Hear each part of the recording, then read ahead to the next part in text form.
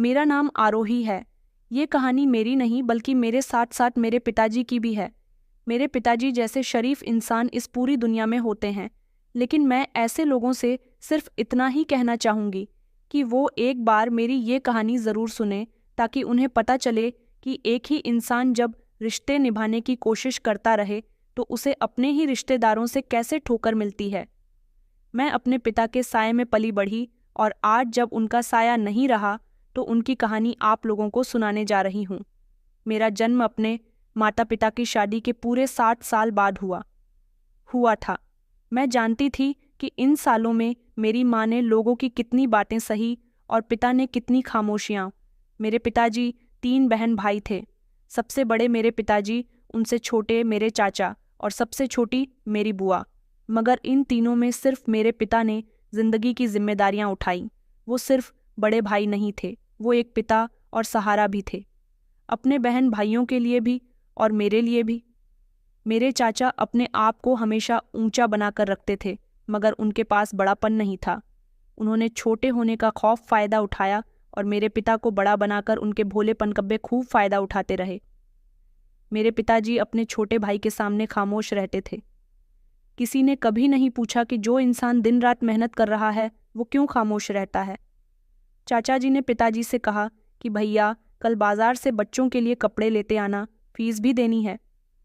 उनके स्कूल की चाचा जी हर हफ्ते मेरे पिता के सामने कोई न कोई नई फरमाइश रख दिया करते थे और मेरे पिता इनकार नहीं करते थे, सिर्फ इसलिए कि वो बड़े हैं और सबकी ज़रूरतें पूरी करना उनकी जिम्मेदारी है। बुआ का अंदाज भी थोड़ा अलग था। वो रोज नहीं तो हर दूसरे तीसरे दिन आ जाती थी। उनकी ससुराल करीब में ही थी। कभी रोते हुए, कभी गुस्से में, कभी हंसते हुए पिताजी से कहती कि भैया, मेरे पति ने फिर मुझ पर हाथ उठाया। बच्चों को 2-3 दिन से खाने को कुछ नहीं मिला। पिताजी की आंखों में हमदर्दी छा जाती थी, इसलिए वो घर में जो होता वो उनको थमा दिया करते थे।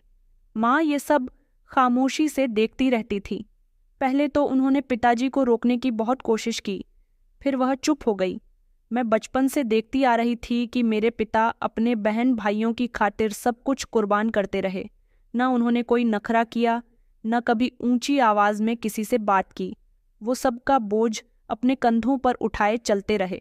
बुआ घर में आती तो माँ के कामों में कमियां निकाला करती थी कि ये सब्जी तुमने कैसी बनाई है, तुम्हें कुछ भी नहीं आता।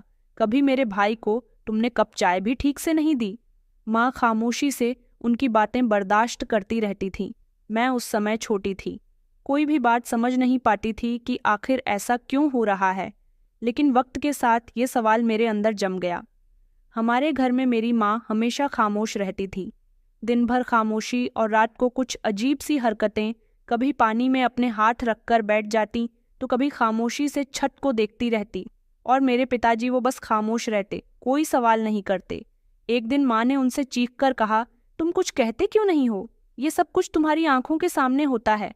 पिताजी ने सिर्फ इतना कहा कि ये मेरे अपने हैं, मैं इन्हें तकलीफ में कैसे छोड़ दूं। मैं भी अब अपने पिताजी की कुर्बानियों को दिन ब दिन महसूस करने लगी थी। वो खुद नए कपड़े नहीं पहनते थे, लेकिन चाचा के बच्चों के लिए नए कपड़े खरीदकर जरूर देते थे। वो तो अपने आगे का निवाला भी उठाकर चाचा और उनके परिवार को दे दिया करते थे। मेरे पिताजी ने अपनी मेहनत से बहुत सारी जमीन जायदाद खड़ी कर दी थी। जमीन, दुकान, पैसे, लेकिन उन्होंने सब कुछ अपने बहन भाइयों में बांट दिया।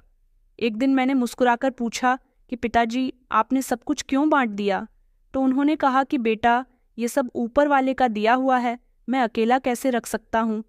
एक दिन गांव की एक औरत ने मेरी माँ से कहा कि बेटी, तुम्हारा पति बहुत अच्छा इंसान है, मगर वो अपनी मोहब्बत में सब कुछ लूटा बैठेगा। माँ ने आंखें झुकाते हुए जवाब दिया, क्या करें, उनका दिल बहुत बड़ा है। मैंने तब महसूस किया कि बड़ा दिल कभी कभी इंसान को तोड़ देता है। मैं अब छोटी नहीं थी। पिता की आंखों में छुपी थकान, माँ की खामोशी और घर की हवाओं में फैली भी बसी, मुझे सब अच्छे से महसूस होता था। मेरे पिताजी, जिन्होंने कभी अपनी जिंदगी में किसी के आगे हाथ नहीं फैलाया था, अपने बहन भाइयों के सामने झुकते झुकते एक दिन मेरे दिल में गिर गए। और ये वो दिन था जब मैंने फैसला किया कि मैं सबको उनका असली चेहरा ज़रूर दिखाऊंगी। ये अभी शुरुआत थी। मेरे पिता ने सारी जिंदगी किसी से मुकाबला नहीं किया था, न कभी अपनी अहमियत जताई थी, न कभी अपना हक मांगा था। यही बात मेरे चाचा के लिए फ़ायदेमंद थी। एक दिन सवेरे मुझे मेरी माँ ने जगा दिया। कहने लगी कि आरोही बेटा, देखो आंगन में पानी बह रहा है। मैं बाहर निकली तो देखा कि पानी की टंकी तोड़ चुकी थी और ज़मीन पर कीचड़ हो रहा है। चाचा आंगन के किनारे बैठे थे और जैसे ही मैं उनके करीब पहुंची तो कहने लगे कि तुम लोगों के काम तो हर दिन बढ़ते जा रहे हैं। मैंने तुम्हारे पिता से कहा था कि नल बदलवा लो, मगर उन्होंने सुना ही नहीं। अब ये भुगतो। मैंने कहा, चाचा जी, अगर आपने हमें कुछ दे रखा होता तो हम खुद नल भी बदलवा लेते। वह हंसते हुए कहने लगे कि अच्छा, अब तुम जुबान भी चलाने लग गई हो, बस अपने पिता पर गई हो। वह भी जिद्दी है, लेकिन कम से कम खामोश तो रहते हैं। मैं खामोश हो गई। जवाब देने का हक शायद उस वक्त मेरे पास नहीं था। माँ भी हमेशा परेशान रहती थी। शायद अब वो उन सब बातों से थक गई थी। उसी हफ्ते चाचा के बेटे की बर्थडे पार्टी रखी गई। घर में सब लोग बर्थडे पार्टी की तैयारी करने लगे, लेकिन ना मुझे बुलाया गया ना मेरी माँ को। हम अपने कमरे में बैठे थे। देर रात जब सारा शोर खत्म हुआ तो माँ ने कहा, हम इस घर में होते हुए भी गैर हैं। मैंने उनका हाथ थामकर कहा कि माँ, एक दिन सब खत्म हो जाएगा। अगले दिन चाची ने सही से बर्तन ना धोने पर माँ को ताना दिया। ये बर्तन तो देखो, ऐसा लगता है जैसे किसी अंधे ने धोए हों। अब इन्हें दोबारा से धोना। माँ ने कुछ नहीं कहा, बस सिर झुका लिया। पिताजी ने ये सब सुना, लेकिन हमेशा की तरह खामोश रहे। माँ की हालत दिन ब दिन बिगड़ती जा रही थी। एक दिन चाचा ने सब लोगों के सामने ऐलान किया कि अब मैं इस घर में नहीं रह सकता। ये मुझे रास नहीं आता। हर समय यहाँ शोर शराबा रहता है। उन्होंने पिताजी से कहा कि भैया, मुझसे भाभी की कही हुई बातें बर्दाश्त नहीं होती। पिताजी ने कहा कि तुम अलग मत रहो, मैं कोई ना कोई बंदोबस्त कर लूँगा। तभी चाची कहने लगी कि इसीलिए कोई छोटा सा घर खरीद दो भैया, हम यहाँ नहीं रहेंगे। तभी चाचा ने भी जोर दिया कि नहीं भैया, बच्चों का भी यहाँ मन नहीं लगता। अब पिताजी ने चाचा के लिए घर खरीदना शुरू कर दिया था। देर रात तक घर से बाहर रहते उनके लिए अच्छा और मजबूत घर अपने ही मोहल्ले में तलाश कर रहे थे। फाइनली मेरे पिताजी को एक छोटा और साफ सुथरा सा घर चाचा जी के लिए मिल गया था। वो दिन भी आ गया जब चाचा के परिवार ने खुशी खुशी अपना सामान बांधा और हमारे घर से चले गए। मुझे लगता था कि अब हमारी जिंदगी में कुछ सुकून आ जाएगा, लेकिन जो खामोशी घर में फैल गई थी वो और ज़्यादा बढ़ गई। लेकिन माँ ने मुझसे कहा कि बेटा, तुम्हारे पिताजी का ब्लड प्रेशर बहुत बढ़ा हुआ है, उनसे कहो कि दवाई ले लें। मैं पिताजी के पास गई। मैंने कहा, पिताजी, आपको दवाई की ज़रूरत है, चलिए डॉक्टर के पास चलते हैं। उन्होंने मेरी तरफ देखा और मुस्कुराकर कहने लगे कि बेटा, तुम्हारे चाचा ये ना समझे कि मैं उनसे हिसाब बराबर कर रहा हूँ, रहने दो, मेरी तबीयत ठीक हो जाएगी। मैं हैरान रह गई थी। मेरे पिताजी के लिए उनका भाई इतना ज़रूरी था कि वो अपनी सेहत का भी ख्याल नहीं रख रहे थे। पता नहीं पिताजी के दिल में क्या चल रहा था। मोहब्बत भी नहीं थी, तरस भी नहीं था। तो फिर क्या था? शायद एक तरह का दुख जिसे वो हमारे सामने जाहिर नहीं करना चाहते थे। उसी हफ्ते हमारे घर में एक आदमी आया जो शायद कागजी कार्यवाही करने के लिए आए थे। पिताजी भी उन कागजों पर कुछ लिख रहे थे। शाम को माँ ने पूछा, ये सब क्या था? पिताजी ने कहा कि बंटवारा कर रहा हूँ, सबका हिस्सा देना है। माँ ने हैरानी से कहा, ये सब आपकी मेहनत का है। आपके पिता ने थोड़ी ना आपके लिए इतना सब छोड़ा था जिसका आपको बंटवारा करना है। पिताजी नजरें चुराकर कहने लगे कि वो मेरे अपने हैं, मैं उन्हें नहीं दूंगा तो फिर कौन देगा। कुछ दिनों के बाद चाचा जी घर आए और कहने लगे कि भैया, वो पुरानी ज़मीन जो हमारे नाम नहीं थी उसका भी हिस्सा हमें दे दो, बच्चों की पढ़ाई के लिए बेचनी है। पिताजी ने फौरन फाइल से ज़मीन के कागज़ निकाले और सिग्नेचर किए और पेपर चाचा जी को दे दिए। एक दिन दुकान से वापस आने पर मैंने देखा कि पिताजी की चाल बदली हुई है। वो धीरे धीरे चल रहे थे और उनका सांस फूल रहा था। मैंने कहा, पिताजी, क्या हुआ? आपकी तबीयत ठीक नहीं लग रही। उन्होंने कहा कि बेटा, बस मुझे थकन हो रही है और कोई बात नहीं। रात को माँ ने बताया कि पिताजी का ब्लड प्रेशर शूट कर गया, लेकिन वो दवाएं लेने के लिए तैयार नहीं हैं। इसलिए मैं सारी रात जागती रही और सोचती रही कि क्या खामोशी भी कोई सौदा है? इंसान इतना सब कुछ देखकर भी कोई कीमत वसूल नहीं करता। अगले दिन चाची घर आई और कहने लगी कि भैया, वो गोदाम वाली जगह भी हमें दे दो तो हम अपना कारोबार कर सकते हैं। पिताजी ने उनकी बात सुनी और थोड़ी देर के बाद कहने लगे कि ठीक है, कल आ जाना, कागज़ तैयार कर लूँगा। मैंने गुस्से से कहा कि पिताजी बस करिए, अब आखिर क्या बाकी रह गया। उन्होंने मेरी तरफ देखा और कहने लगे कि बेटा, मैं जीतना नहीं चाहता, बस रिश्ते बचाना चाहता हूँ। मैं जान चुकी थी कि रिश्ते देने से नहीं बचते, कभी कभी कुछ रोकना भी ज़रूरी होता है। घर की सारी रौनक खत्म हो चुकी थी। माँ भी खामोश रहती। पिताजी ने अपनी जो जायदाद सालों की मेहनत से बनाई थी, अब फाइलें में बढ़ चुकी थीं। हर चीज़ खत्म हो चुकी थी, लेकिन परेशानियां खत्म नहीं हो रही थीं। चाचा अपने नए घर में थे, लेकिन रोज़ किसी न किसी बहाने से हमारे घर आते, कभी पानी मांगने तो कभी सिर्फ पिताजी पर नज़र जमाने। एक दिन में आंगन की सफाई कर रही थी कि बुआ आ गई। दरवाज़ा खुला हुआ था। वो बिना इजाज़त घर के अंदर आई। उनके साथ उनकी बेटी भी थी और कहने लगी कि भैया कहाँ है। मैंने कहा कि पिताजी कमरे में आराम कर रहे हैं। वो जल्दी जल्दी चलते हुए अंदर चली गई। दरवाजे की आड़ से मैंने देखा कि वो पिताजी के पास जाकर बैठ गई और कहने लगी कि भैया, मुझे आपसे बात करनी है। अब आप मुझसे कुछ भी छुपा नहीं सकते। पता है कि आपके पास अभी भी 2 ज़मीनें बची हुई हैं जिनके बारे में आपने किसी को नहीं बताया। पिताजी ने करवट ली और धीमी आवाज़ में कहने लगे कि वो ज़मीनें बच्चों के लिए है, मेरी बेटी के लिए। बुआ जी को अचानक गुस्सा आ गया। उन्होंने कहा, भैया क्या मतलब है आपका?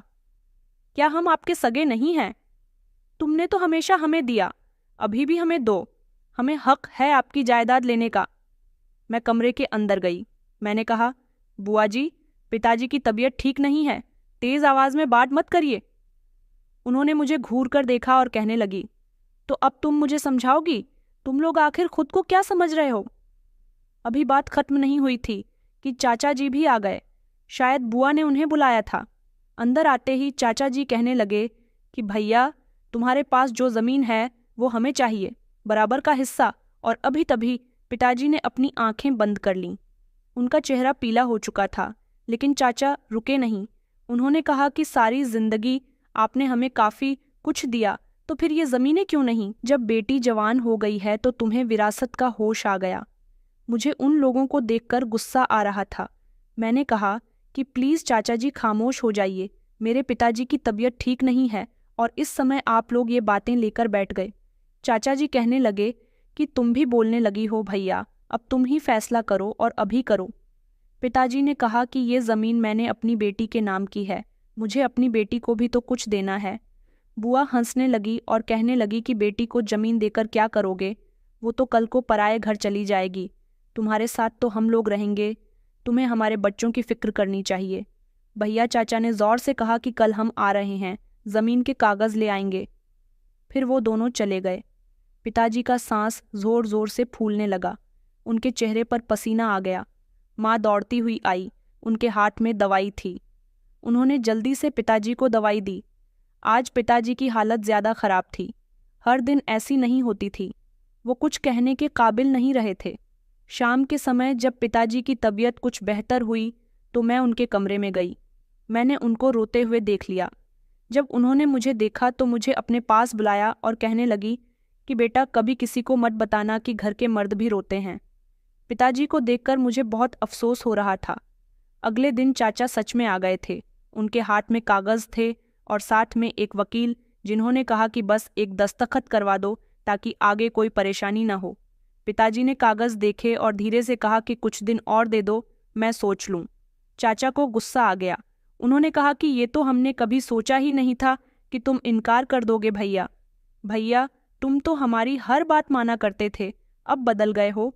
बुआ भी पीछे से आ गई और कहने लगी कि क्यों नहीं बेटी, जवान जो हो गई है उसे दहेज भी तो देना है ना। मेरे पिताजी कुछ नहीं बोले, लेकिन अब मेरी बर्दाश्त खत्म हो चुकी थी। मैंने कहा, बुआ जी, मेरे पिताजी ने आप लोगों को सारी जिंदगी दिया, सारी जिंदगी आपका ख्याल रखा। फिर अगर मेरे पिता मेरे लिए कुछ रखना चाहते हैं तो आप लोगों को क्यों इस बात से तकलीफ हो रही है? बुआ जी कहने लगेंगी कि देखो भैया, तुम्हारी बेटी कितनी बदतमीजी से बोल रही है। इसे तो अब छोटे बड़े का लिहाज ही नहीं रहा। आपने अपनी बेटी को ज्यादा ही छूट दे दी है भैया। हम तुम्हें वक्त दे रहे हैं, लेकिन ज्यादा नहीं।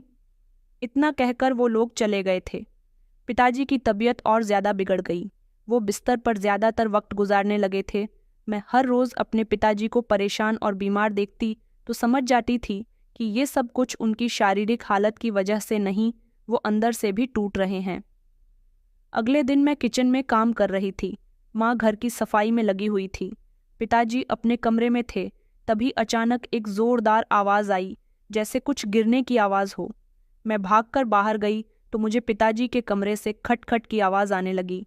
मैं जैसे ही पिताजी के कमरे में गई तो वो अपने बिस्तर से नीचे गिर चुके थे। उनका शरीर अकड़ा हुआ था, एक तरफ का शरीर बेजान और चेहरा टेढ़ा हो गया था। मैंने चिल्लाकर कहा कि पिताजी, तो माँ भी वहां पर आ गई थी। पिताजी कुछ कहने की कोशिश कर रहे थे, लेकिन उनकी जुबान साथ नहीं दे रही थी। मैंने जल्दी से पड़ोस के अंकल को आवाज़ दी, जो भागते हुए घर पर आए। उन्होंने पिताजी की हालत देखी और कहने लगे कि जल्दी से अस्पताल चलो, लगता है कि इन्हें पैरालाइज का अटैक हुआ है। हम उन्हें रिक्शा में बिठाकर जल्दी से करीब के अस्पताल ले गए थे। अस्पताल में फौरन उन्हें एडमिट कर लिया गया। डॉक्टर ने चेकअप करने के बाद बताया कि इनके दिमाग का एक साइड का हिस्सा डैमेज हो चुका, बोलने और चलने फिरने की कंडीशन अभी नहीं है। जल्दी से हमें इलाज शुरू करना होगा, वरना और ज़्यादा नुकसान हो सकता है। माँ रोने लगी। उन्होंने डॉक्टर के आगे हाथ जोड़कर कहा कि कुछ भी करो, बस हमें इन्हें बचाना है। पिताजी को इमरजेंसी वार्ड में दाखिल कर दिया गया था। मैंने चाचा को फ़ोन किया, उनको इस बारे में बताया और बुआ को भी। दोनों ने कहा कि हम देखते हैं कि टाइम मिला तो आ जाएंगे, लेकिन 4 दिन गुजर गए थे। कोई भी अस्पताल पिताजी की हालत देखने के लिए नहीं आया था। अस्पताल में हमारा समय बहुत बुरा गुजरा था। कभी दवाई खत्म हो जाती थी, कभी इंजेक्शन का खर्चा निकल आता था। माँ ने पुरानी चूड़ियाँ निकाली। मैंने अपना छोटा मोटा सामान बेच डाला, लेकिन पिताजी की दवाई रुकने नहीं दी। पिताजी की आंधी साइड का शरीर पूरी तरह से डैमेज हो चुका था। न हाथ हिलते थे न पैर। एक दिन पिताजी ने हाथ के इशारे से मुझे बुलाया। उनकी उंगली दरवाजे की तरफ उठी, जैसे वो किसी का इंतजार कर रहे हों। मैं समझी कि शायद बुआ और चाचा जी की बात कर रहे हैं। मैंने कहा, पिताजी, अभी तक कोई नहीं आया। तभी अचानक उनकी आंखों में नमी उतर आई। मैंने उनका हाथ पकड़कर कहा कि पिताजी, बस मैं और माँ हैं आपके साथ, आपको घबराने की ज़रूरत नहीं है, आप ठीक हो जाओगे। डॉक्टर ने 1 हफ्ते बाद हमें पिताजी को घर ले जाने की इजाज़त दे दी थी, लेकिन इलाज जारी रखना होगा। हम उन्हें घर ले आए। उनके कमरे में उनको शिफ्ट कर दिया गया।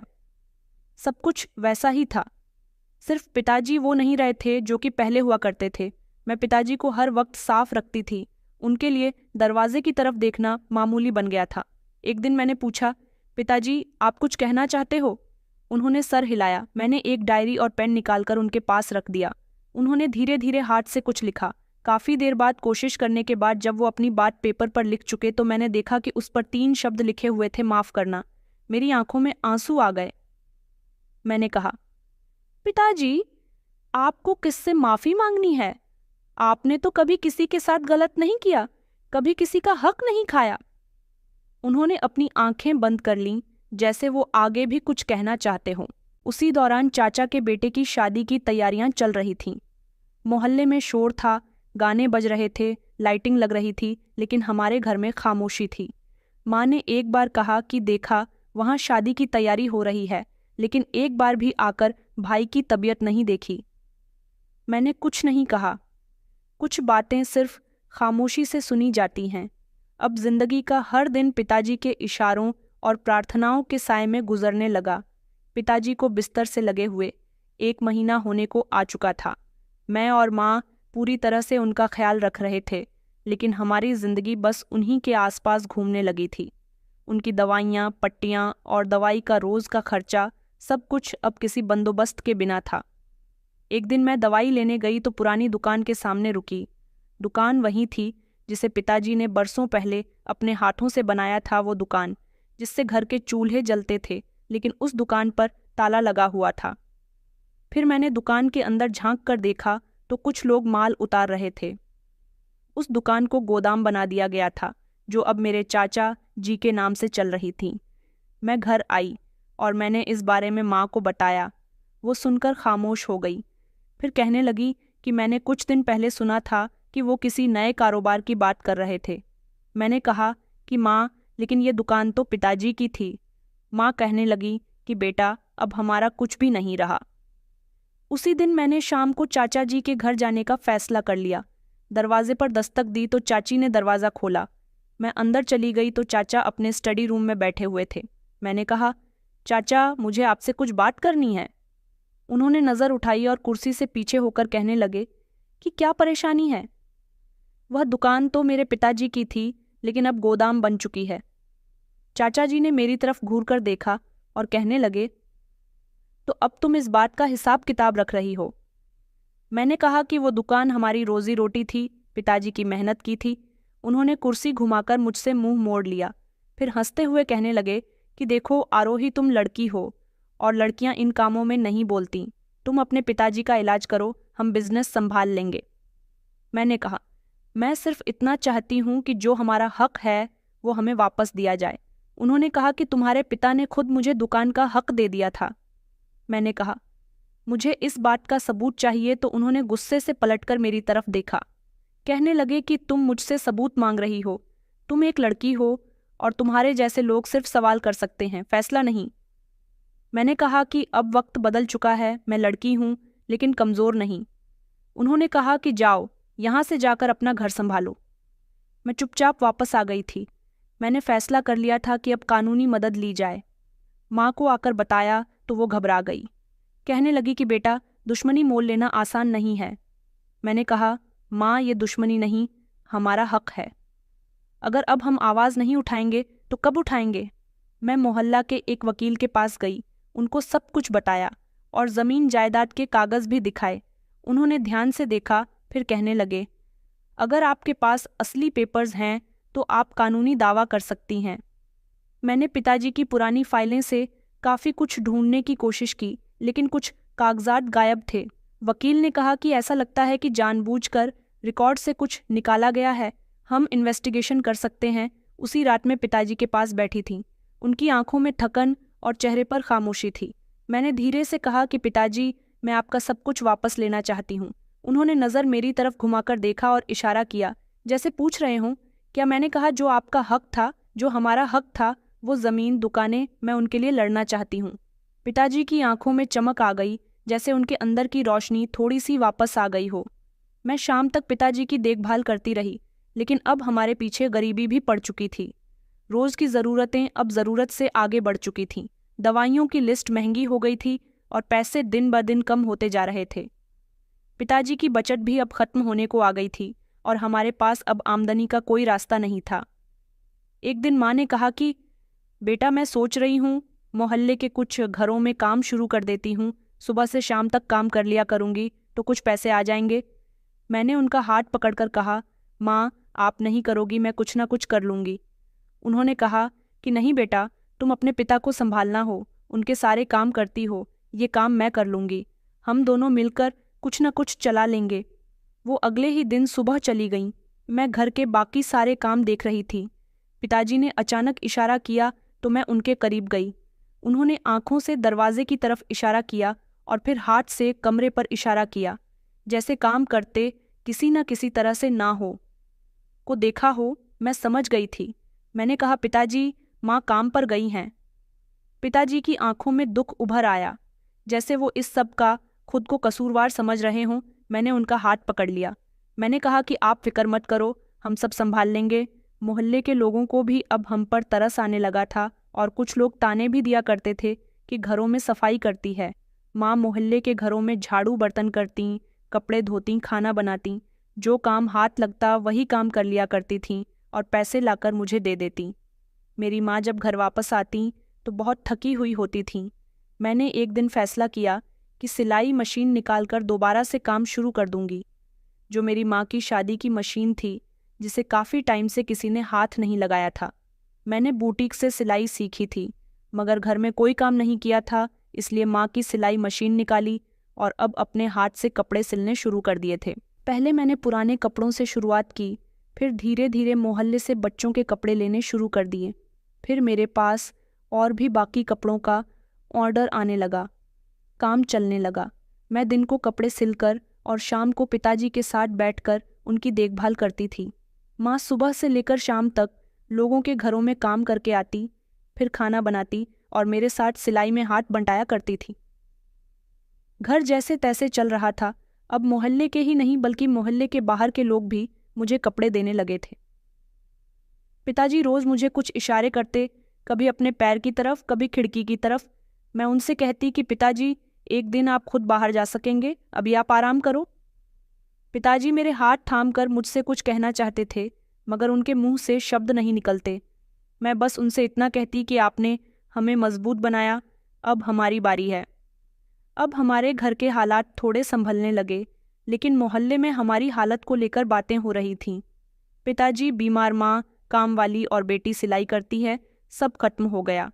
मेरे पास अब किसी को भी कोई जवाब देने का वक्त नहीं, बल्कि काम करने की जिम्मेदारियां थीं। उसी दौरान मैंने सोचा कि कुछ ज़मीनें जो पिताजी के नाम थीं, उनके कागजात संभाल कर रख लिए जाएं। मैंने पुरानी अलमारी खोली और फाइलें चेक करने लगी। कुछ कागजात ऐसे थे जो पूरे नहीं थे, शायद पिताजी को उन्हें कभी पूरा करने का समय ही नहीं मिला। मैंने वकील से कीन अटैक्ट किया और फाइलें दिखाई। उन्होंने कहा कि अगर ये पूरी हो जाएं तो आपका केस बन सकता है, लेकिन आपको पहले अपने नाम की कानूनी हैसियत लेनी होगी।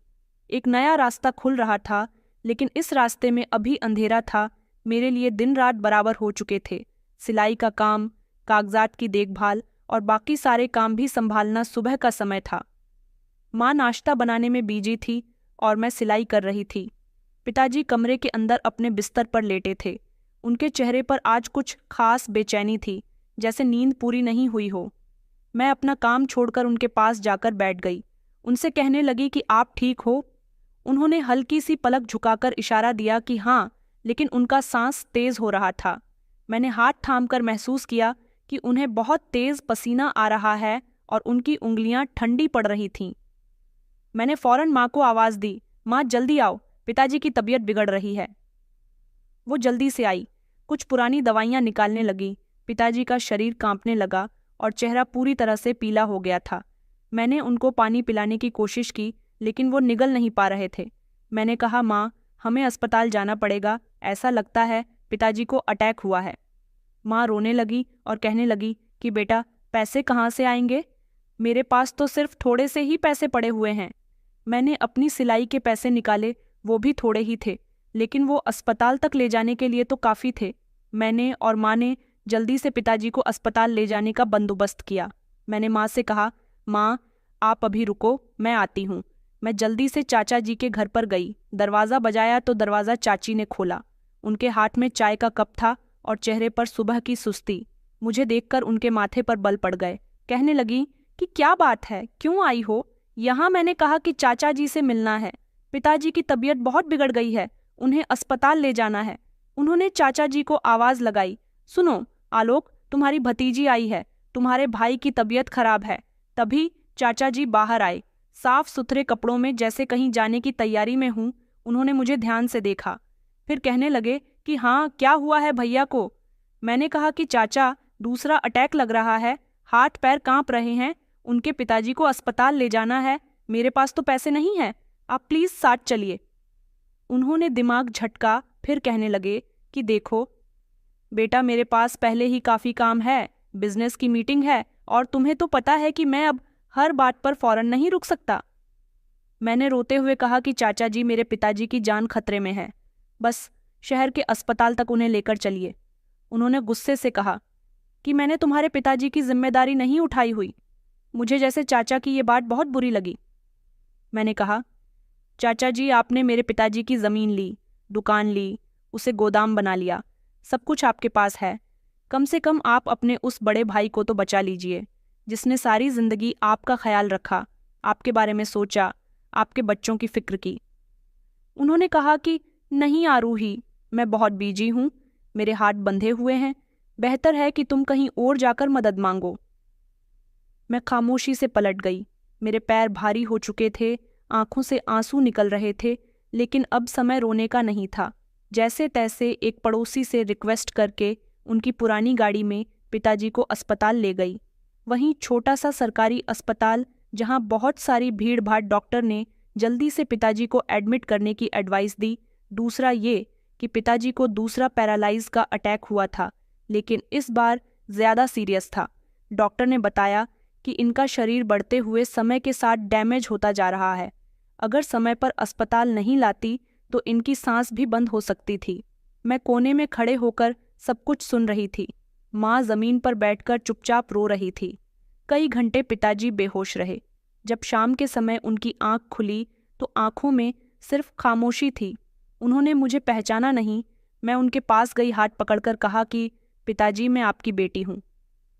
आरोही उन्होंने पलक झपकाए, जैसे किसी धुंधले सपने से जागे हों, लेकिन उनके अंदर हिलने ढुलने की हिम्मत नहीं बची थी। रात को अस्पताल के कोने में बैठकर मैंने वो 2 कागज निकाले जो जमीन के मालिक होने का सबूत थे। मैं जानती थी कि वक्त हाथ से निकलता जा रहा है। पिताजी की आंखों में वह हौसला बाकी नहीं रहा था जो कुछ महीने पहले हुआ करता था।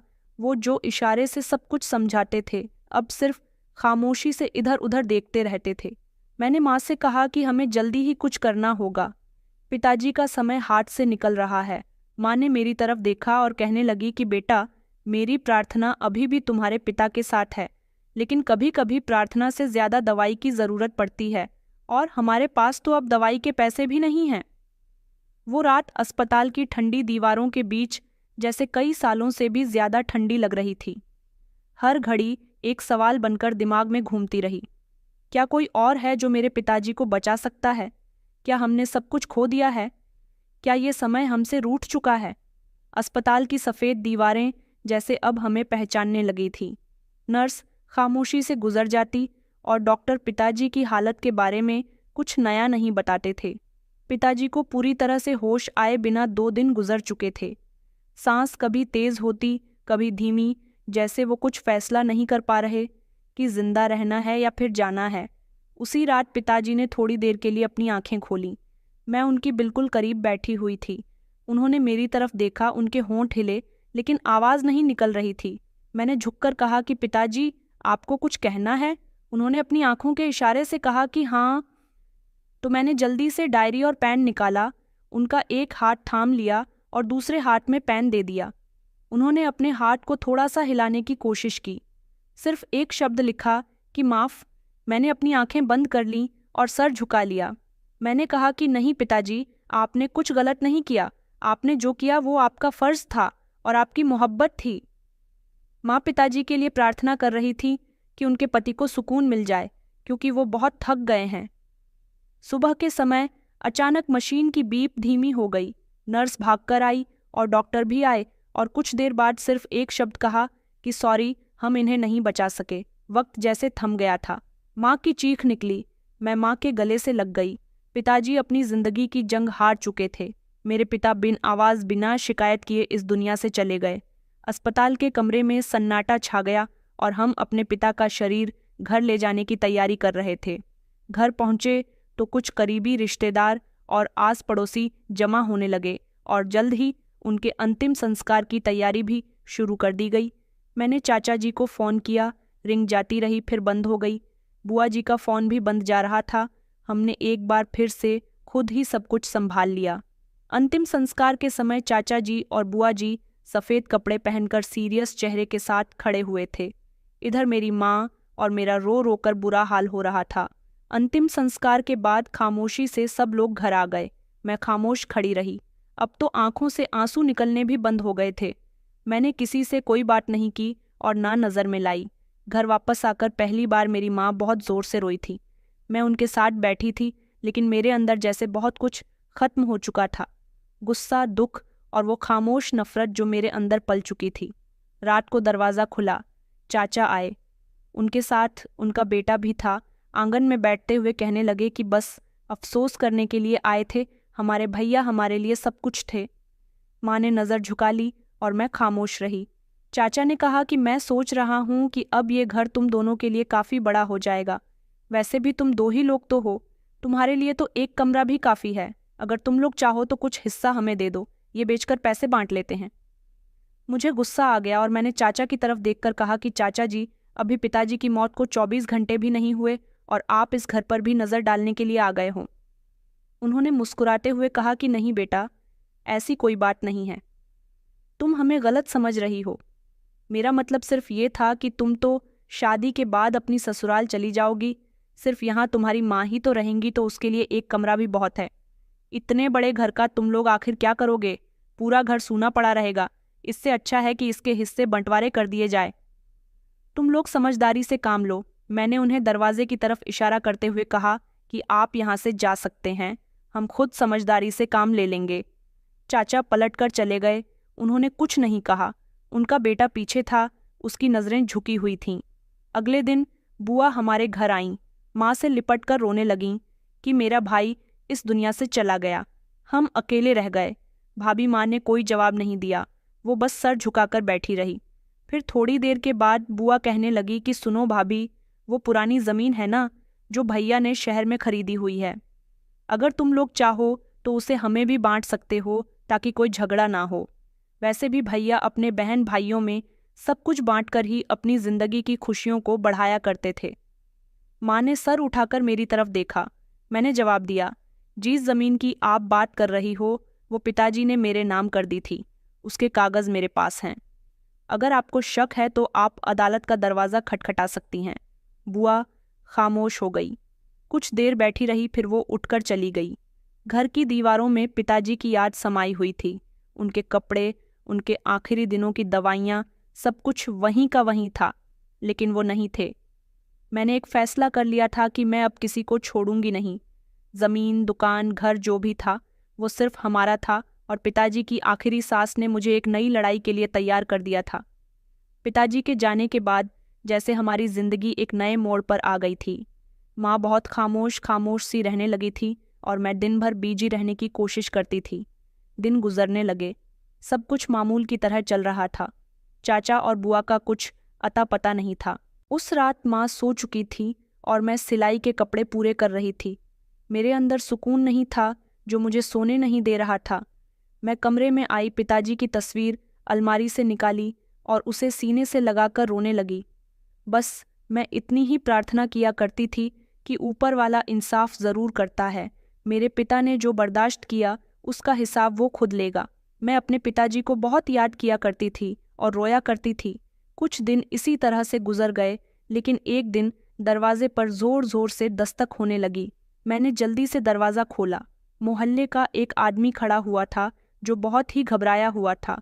उसने कहा कि बहन, तुमने सुना है कि आलोक भैया के गोदाम में कल रात आग लग गई। उनका जितना मॉल था वो सब जलकर राख हो गया।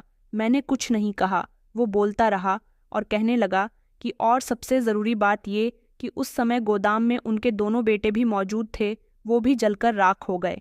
ये खबर सुनकर अचानक मैं घबरा गई थी। उन्होंने बताया कि अपने दोनों बेटों की मौत की खबर सुनकर दोनों पति पत्नी अभी तक बेहोश हैं। उनके घर में तो बड़ा बुरा हाल हो रहा है। वो मुझे खबर देकर जा चुका था। मैंने माँ को इस बारे में बताया। माँ सुनकर खामोश हो गई। उन्होंने कहा कि बेटा, हमें चलना चाहिए तुम्हारे चाचा की तरफ। दोपहर तक पूरे मोहल्ले में एक ही खबर घूम रही थी कि आलोक मल्होत्रा के गोदाम में आग लग गई, जिसकी वजह से उनके दोनों बेटे जलकर खत्म हो गए। उनके जवान बेटे जिनकी शादियां उन्होंने अभी कुछ दिन पहले ही की थीं। शायद ये जुल्म का बदला है। शाम के समय बुआ जी हमारे घर पर आईं। वो दरवाजे पर खड़ी हुई थीं। उनके चेहरे पर आंसुओं के निशान थे। उन्होंने कहा कि बेटा, मुझे तुमसे एक बात करनी है, क्या मैं घर के अंदर आ सकती हूँ? मैंने इशारे से कहा कि जी। वो आईं और ज़मीन पर बैठकर ज़ोर ज़ोर से रोने लगी। माँ भी उनको देख रही थी। बुआ ने कहा कि बेटा, जो हमने किया वो हमारी गलतियों की सज़ा है। हमने तुम्हारे पिता का बहुत दिल दुखाया, उन्हें परेशान किया, उन्हें अकेला छोड़ दिया और अपने लालच में सब कुछ खो दिया। आज न घर है न बच्चे। मैं खामोशी से उनकी बात सुन रही थी। उन्होंने कहा कि बेटा, मुझे माफ़ कर दो। आलोक भी तुमसे माफ़ी मांगना चाहता है। वो अभी होश में नहीं है, लेकिन जो कुछ हो चुका है उसने हमें तोड़ कर रख दिया। मैंने माँ की तरफ देखा। वो नज़र नीचे करके बैठी हुई थी। बुआ के परिवार के साथ भी बहुत बुरा हुआ। जिस घर में वो रह रही थी, उनके घर की छत गिरी तो वो बेसहारा हो गई। मैंने बुआ से कहा कि आपने जो मेरे पिता के साथ किया उसका इंसाफ होना बहुत ज़रूरी था। बुआ ने मेरे पैर पकड़ने की कोशिश की, लेकिन मैंने उनको रोका नहीं। बुआ, हम रिश्ते निभाना चाहते थे, लेकिन आपने उसे कारोबार समझा। आपने कभी अपने बड़े भाई की तकलीफ को नहीं समझा कि वो आप लोगों से कितनी मोहब्बत किया करते थे। उनकी मोहब्बत की तो वो वजह थी जो उन्होंने अपना सब कुछ आप लोगों पर न्यौछावर कर दिया, मगर आपने कभी अपने बड़े भाई की मोहब्बत को समझने की कोशिश ही नहीं की। हमेशा अपने लालच को सबसे आगे रखा।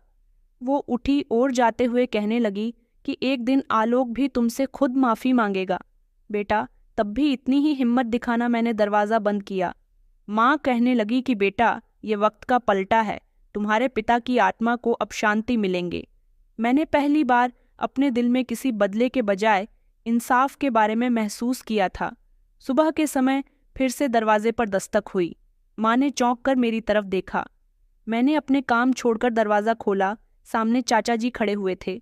उनकी आंखों के नीचे सूजन बढ़ी हुई थी, कपड़े खराब और शरीर बहुत कमज़ोर हो रखा था। उनके साथ उनका सबसे छोटा बेटा भी था, जो खामोशी से नज़र झुकाकर खड़ा हुआ था। चाचा की आंखों में आंसू थे। उनके चेहरे पर आज वो घमंड नहीं था जो हमेशा हुआ करता था। उन्होंने कहा कि बेटा, क्या हम अंदर आ सकते हैं? तुम्हारी माँ से बात करनी है। मैंने दरवाज़ा खोल दिया। वो दोनों घर के अंदर आया और ज़मीन पर बैठ गए और रोते हुए कहने लगे कि आज हम तुम दोनों के सामने सिर्फ रिश्तेदार नहीं बल्कि गुनहगार भी हैं। जो कुछ हमने किया वो अगर कोई हमारे साथ करे तो शायद हम जिंदा नहीं रहते। माँ खामोश रही, उनकी बातें सुनती रहीं। चाचा ने कहा कि मेरे 2 बेटे तो, जिन्हें मैं अपना सहारा समझा करता था, वो इस दुनिया से चले गए। अब एक ही बेटा बचा है और कारोबार भी डूब चुका है। ये सब कुछ हमारे साथ इसलिए हुआ क्योंकि हमने अपने बड़े भाई के साथ गलत किया था। उनकी बीमारी के समय में उनका सहारा नहीं बने, उनकी जिंदगी में उनके दुश्मन बने रहे। लेकिन अब ऊपर वाले ने हमें ऐसा दुख दिया है जिनकी माफ़ी भी नहीं हो सकती। वो दोनों बाप बेटे खूब रो रहे थे। मेरी माँ भी रो रही थी, लेकिन उनकी ज़बान खामोश थी। चाचा जी ने अपनी जेब से कुछ कागजात निकाले और ज़मीन पर रख दिए। कहने लगे कि ये दुकानों के असली कागज़ हैं। हमने जो कुछ लिया वो सब कुछ तुम्हें वापस दे रहे हैं। भैया की मेहनत और तुम दोनों का हक। अब हम कोई दावा नहीं करेंगे। मैंने कागजात हाथ में लिए, एक एक करके देखे। सब कुछ असली हालत में थे। वही दुकानें, वही ज़मीन, वही पुराना घर जिस पर सालों से चाचा का कब्जा रहा। चाचा ने दोनों हाथ जोड़कर कहा कि हमें माफ़ कर दो। तुम्हारे पिता की आत्मा को शायद अब शांति मिले। अगर तुम हमें दिल से माफ़ करो, हमने जो जुल्म किया उनकी सज़ा शायद अब हमें ऊपर वाला न दे। अब हम सिर्फ तुम्हारी माफ़ी के सहारे हैं। माँ ने आगे बढ़कर कहा कि आलोक, तुम मेरे पति के भाई हो। उन्होंने तुम्हें हमेशा अपना माना। मैं तो तुमसे आज भी नफरत नहीं रखती, लेकिन ये फैसला मेरे बेटे का है। वही अब मेरा सहारा है। चाचा ने मेरी तरफ देखा और कहा कि बेटी, मैं जानता हूँ कि तुम्हारे दिल में गुस्सा है और होना भी चाहिए, लेकिन मैं तुम्हारे सामने झुककर कह रहा हूँ, अगर तुम माफ़ ना करोगी तो हम जिंदगी भर सिर उठाकर नहीं जी सकेंगे। मेरी आंखों के सामने अचानक पिताजी का चेहरा आ गया, जब वो अपने भाई बहन की गलतियों पर भी हमेशा खामोश रहते थे। मैंने कहा, चाचा, अगर आप सब कुछ सही वक्त पर कर देते तो मेरे पिता की आखिरी सांस शायद आसान हो जाती। मैंने अपनी आंखों से अपनी बेबसी देखी है। जिस समय आपने दरवाज़ा बंद किया था जब मैं आपके पास मदद मांगने के लिए आई थी, वो लम्हा मैं कभी नहीं भूल सकती। चाचा ने आंखों पर हाथ रख लिए कहने लगे कि मैं जानता हूँ, मैं कातिल हूँ अपने भाई का। मैंने गहरी सांस ली। मैंने कहा, ठीक है, आप यहाँ से जा सकते हैं। मैं आपको माफ़ नहीं कर सकती, अभी तो शायद बिल्कुल भी नहीं, लेकिन अगर मेरे पिता की आत्मा मुझसे यही चाहती है तो शायद मैं कभी कर दूंगी। अभी मैं सिर्फ इन कागजात को अपने पास रख सकती हूँ, और अब मैंने ये तय कर लिया है कि अब मेरा हक मुझसे कोई भी नहीं छीन सकता। चाचा जी और उनका बेटा माफ़ी मांगते हुए घर से वापस चले गए। माँ मेरे कंधे पर हाथ रखकर कहने लगी कि तुमने जो कहा वही ठीक है, लेकिन दिल पर बोझ मत रखना। मैंने कहा, माँ, मैंने अपनी ज़िंदगी में जो किया उसका जवाब देना बहुत ज़रूरी था। ये सिर्फ माफ़ी नहीं थी, ये उनके हिस्से का इंसाफ था। फिर उस श्याम जिंदगी की एक सुहानी शुरुआत थी जिसमें हम खाली हाथ नहीं थे। मेरे पिता का गया हुआ सब कुछ वापस मेरे पास आ गया था, और अब ये हक मुझसे कोई नहीं छीन सकता। अगले दिन चाचा दोबारा हमारे घर आए। माँ ने दरवाज़ा खोला। वो उनके कदमों में गिर गए। कहने लगे कि भाभी, मुझे माफ़ कर दो। मेरी आत्मा बोझ तले दबी जा रही है। मैं जी रहा हूँ, लेकिन जैसे सांस नहीं ले पा रहा हूँ। माँ ने उन्हें संभालना और कहा कि आलोक, अब ये फैसला मेरी बेटी का है। वही बताएंगे कि तुम्हें माफ़ी मिलेंगे या नहीं। चाचा मेरी तरफ मुड़कर आए। मैं खामोश खड़ी हुई थी। कागज़ मेरे हाथ में थे।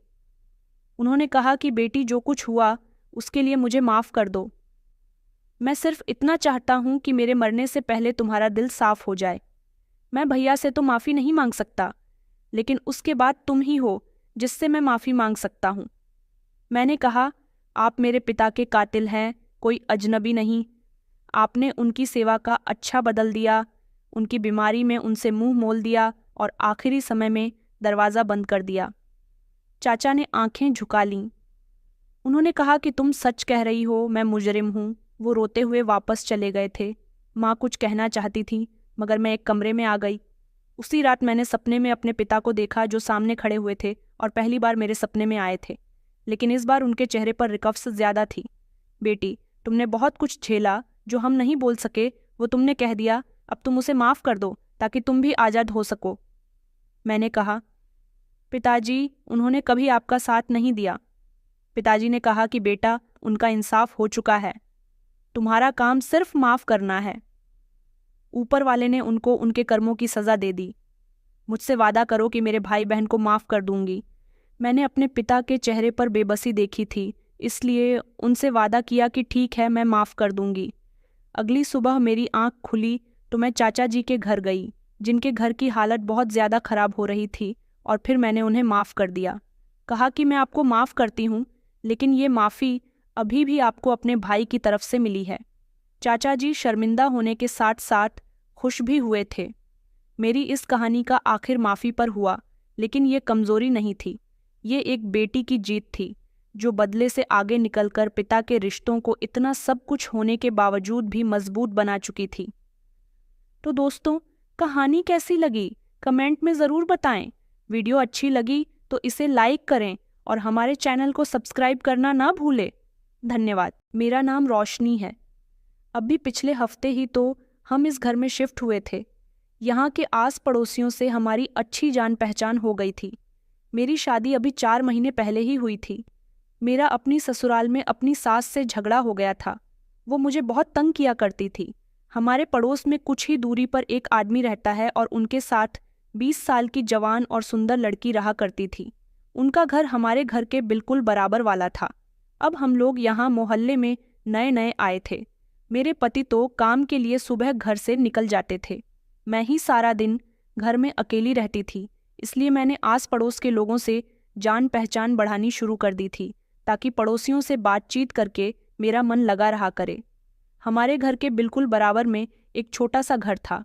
उसी जवान लड़की का वो गूंगी थी, कुछ बोल नहीं सकती थी, लेकिन मैं अपनी दीवार पर खड़े होकर उससे खूब बातें किया करती थी। मगर आज सुबह से मोहल्ले में एक हलचल थी कि इस गूंगी लड़की के पिता की मौत हो गई है।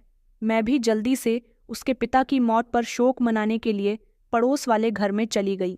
मैं पीछे दीवार के साथ बैठी बड़े गौर से उस लड़की निवेदिता को देख रही थी। लड़की बिल्कुल भी ठीक नहीं लग रही थी। बार बार मेरे दिमाग में एक ही ख्याल आ रहा था। मैं जैसे तैसे ख्याल को अपने दिमाग से निकालना चाहती थी। उसकी तबीयत मुझे कुछ ठीक नहीं लग रही थी। मुझे मोहल्ले के लोगों से पता चला था कि इस घर में सिर्फ ये दोनों बाप बेटी ही रहते हैं। लड़की गूंगी है, इसलिए खामोश रहती है, मगर इशारों से बातें कर लिया करती थी। अब अचानक मुझे एक नई खबर पता चली कि वो गर्भवती है। ऐसा कैसे हो सकता है? वो तो कुंवारी थी और बिना शादी के लड़की गर्भवती कैसे हो सकती है? उसकी कंडीशन भी ऐसी ही थी जैसे गर्भवती औरतों की होती है। जब लगातार एक ही बात मेरे दिमाग में जड़ पकड़ चुकी थी, मैंने कहा कि नहीं नहीं, ऐसा नहीं हो सकता, मुझे ऐसा नहीं सोचना चाहिए। मगर निवेदिता जिस इंसान के साथ रहती थी, वो इसका पिता है। उसके मरने पर वो एक तरफ खामोशी पर क्यों बैठी हुई थी, रो क्यों नहीं रही थी?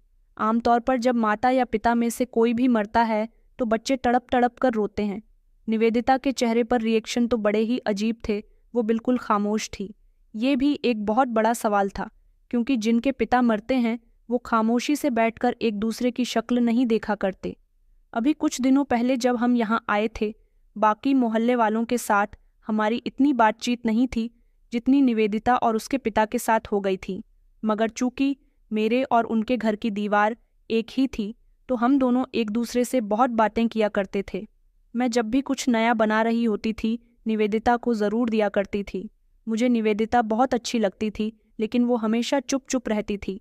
शुरू शुरू में वो मुझे खामोश लगी थी, लेकिन जब मैं उससे बातें करती रही तो उसकी भी झिझक मुझसे खुल गई थी, मगर वो मेरी किसी बात का कोई जवाब नहीं देती थी। 3-4 दिन तो ऐसे ही चलता रहा, मगर अब 2-3 दिन से मुझे ऐसा लग रहा था जैसे मैं निवेदिता से बात करने की कोशिश करती हूँ और वो मेरी बात का जवाब नहीं देती, तो मुझे अपनी बेइज्जती महसूस होने लगी थी। मेरा बिहेवियर ऐसा था कि मैं सारे लोगों से बड़ी मोहब्बत के साथ और खुशी खुशी मिलती थी, लोगों से हंसना बोलना अच्छे से जानती थी। कल ही की तो बात है जब मैंने मीठे में खीर बनाई थी और निवेदिता के घर जाकर उसे साफ अंदाज में पूछ लिया कि देखो निवेदिता, अगर तुम्हें हमसे बात करना अच्छा नहीं लगता तो मुझे बता दो। आगे से मैं भी तुमसे बात नहीं करूंगी, क्योंकि मुझे तुम्हारा इस तरह से खामोश रहना मेरी बेइज्जती करवाना लगता है। पहले तो वो फिर से कुछ देर खामोश रही, फिर उसके बाद उसने इशारे से बताया कि वो बोल नहीं सकती और गूंगी है। ये बात सुनकर तो मैं हैरानी रह गई। मैंने सोचा ही नहीं था कि वो बेचारी बोल नहीं सकती। मुझे उसकी इस कमी पर काफ़ी अफसोस था। सारी रात मुझे नींद नहीं आई थी। वो इतनी सुंदर थी कि कोई एक बार उसे देख लेता तो शायद दोबारा उस पर नज़र ज़रूर डालता, लेकिन बेचारे की किस्मत ने उस पर सितम किया था कि वो बोल नहीं सकती थी। मुझे उस पर बहुत तरस आया था। फिलहाल फिर उसके बाद भी मैं ही उसके साथ बातें करती रही। वो काफ़ी देर तक इशारों से मुझसे बातें करने की कोशिश करती रही, मगर मैं उसके इशारे समझ ही नहीं पाई थी। पहली बार था शायद, इसीलिए मुझे उसकी कोई बात समझ ही नहीं आई थी, लेकिन मैंने उसे ऐसा महसूस नहीं होने दिया था कि मुझे उसकी कोई बात समझ नहीं आ रही। मैं बार बार अपनी गर्दन हिला रही थी ताकि उसको बुरा ना लगे, और अगली ही सुबह मुझे ये खबर मिल गई कि उसके पिता की मौत हो गई। तब भी वो बड़ी संभली हुई लग रही थी, जिस पर मुझे बड़ी हैरानी हो रही थी, लेकिन मैंने इस बात पर ध्यान नहीं दिया। दूसरी तरफ मोहल्ले के कुछ ड्रामेबाज औरतें ऐसे दहाड़े मार मार कर रो रही थीं जैसे निवेदिता के पिता उनके बहुत खास रिश्तेदार लगते थे। इस बात पर मुझे बहुत हंसी आ रही थी, लेकिन मैं यहाँ शोक मनाने के लिए आई थी, हंसने के लिए नहीं। मैंने बड़ी मुश्किल से अपनी हंसी पर कंट्रोल किया। निवेदिता के पिता की अंतिम विदाई शुरू हो गई। उनकी चिता को श्मशान घाट ले जाया जा रहा था। तब भी मैंने देखा कि निवेदिता ने आगे बढ़कर एक बार भी अपने पिता को नहीं रोका, उनके लिए अपनी आंखों से एक भी आंसू नहीं टपकाया। बस वो तो एक तरफ खामोशी से वैसे ही बैठी रही जैसे बैठी हुई थी, मगर उसकी आंखों के नीचे काले घेरे थे। उसका शरीर बहुत कमज़ोर लग रहा था। ऐसा लग रहा था जैसे उसकी तबीयत ठीक नहीं है। मैं सोच रही थी कि मैं उसे डॉक्टर के पास लेकर ज़रूर जाऊंगी। मोहल्ले की औरतें जिस तरह की बातें कर रही थीं, मुझे उन पर ध्यान नहीं देना चाहिए था। किसी लड़की की तबीयत का अंदाज़ा लगाकर ये पता नहीं किया जा सकता कि वो गर्भवती है या नहीं। मोहल्ले की औरतें बहुत फालतू बातें किया करती थीं। निवेदिता के पिता का अंतिम संस्कार हो गया तो मोहल्ले में एक अजीब सा शोर मचा। मोहल्ले की सारी औरतें एक तरफ जमा हो गई थीं। मैं भी इंटरेस्ट लेते हुए उन लोगों के बीच जाकर खड़ी हो गई तो पता चला कि निवेदिता बेहोश पड़ी हुई है। भीड़ निवेदिता के घर के दरवाजे के बाहर थी। वे फौरन निवेदिता के घर के अंदर गई। वो ज़मीन पर लुढ़की हुई थी। सब लोग खड़े के खड़े उसे देख रहे थे। किसी में इतनी हिम्मत नहीं थी कि उस बच्ची को उठाकर बिस्तर पर लिटा दे। ये तो होना ही था। पिता का दुख तो दुखी होता है। सब खड़ी उस पर बेचारी बेचारी कर रही थी, मगर कोई मदद के लिए आगे नहीं आया। वह जल्दी से आगे बढ़ी। सबसे पहले मैंने अपनी ताकत के साथ उसे बिस्तर पर पहुंचाया, उसे जगाने की कोशिश की। एक औरत ने जल्दी से मुझे ग्लास में पानी दिया। मैंने पानी की छींटें उसके मुंह पर डाली। तब वो बेचारी होश में आई थी। मुझे उसकी तबीयत ठीक नहीं लग रही थी। मैंने सोचा कि मुझे इसे डॉक्टर के पास लेकर जाना चाहिए। पहले सोचा कि डॉक्टर को घर ही बुला लेती हूँ, फिर सोचा कि रहने दूँ। ये मोहल्ले की औरतें न जाने यहाँ डॉक्टर के आने से कैसी कैसी बातें बनाएंगी। मैं निवेदिता को पास के ही किसी क्लिनिक पर ले जाती हूँ। ये सोच मेरे दिमाग में आते ही मैं 1-2 लड़कियों की मदद से उसे क्लिनिक तक ले आई थी। डॉक्टर ने जब उसका चेकअप किया तो मुझे बताया कि ये लड़की प्रेग्नेंट लगती है। ये खबर सुनकर मेरे होश उड़ गए। इसका मतलब कि मोहल्ले की पुरानी और बूढ़ी औरतें जो अंदाज़ा लगा रही थीं वो बिल्कुल सही था। लेकिन फिर भी डॉक्टर ने कहा कि अपने दिल के शक के लिए हम एक बार चेकअप कर लेते हैं। डॉक्टर ने चेक किया तो चौंक कर कहने लगी कि इसको तो 3 महीने की प्रेगनेंसी है, पर बच्चे भी बहुत कमज़ोर हैं। ये सुनकर सच में मेरे होश उड़ गए थे, क्योंकि जब से मैं वहाँ पर रह रही थी उसने कभी नहीं बताया था कि वो शादीशुदा है या फिर ऐसी कोई बात है। और मोहल्ले की औरतें भी यही कह रही थीं कि ये तो कुंवारी है और अपने पिता के साथ अकेली इस घर में रहती थी। मैं क्या, हर कोई उसे कुंवारी समझ रहा था, लेकिन फिर ये 3 महीने का बच्चा ये कहाँ से आ गया? वो अभी तक खामोश थी। कमजोरी की वजह से डॉक्टर ने उसे ड्रिप लगा दी थी और कहा था कि जब ड्रिप खत्म हो जाएगी तभी अपने घर जाना, इससे पहले मत जाना। मैं भी खामोशी से वहीं बैठ गई थी। उसके इलाज का खर्चा भी मैंने अपने पास से उठा लिया था, क्योंकि दूसरों की मदद करने के लिए तो मैं हमेशा तैयार रहती थी। अगर उसका कोई शहर में रिश्तेदार होता तो मैं वहां उसे छोड़कर जा सकती थी, मगर इस समय वो बेबस और मजबूर थी। भले से ही वो गुनहगार भी थी, मगर मुझे उसकी मदद करनी थी।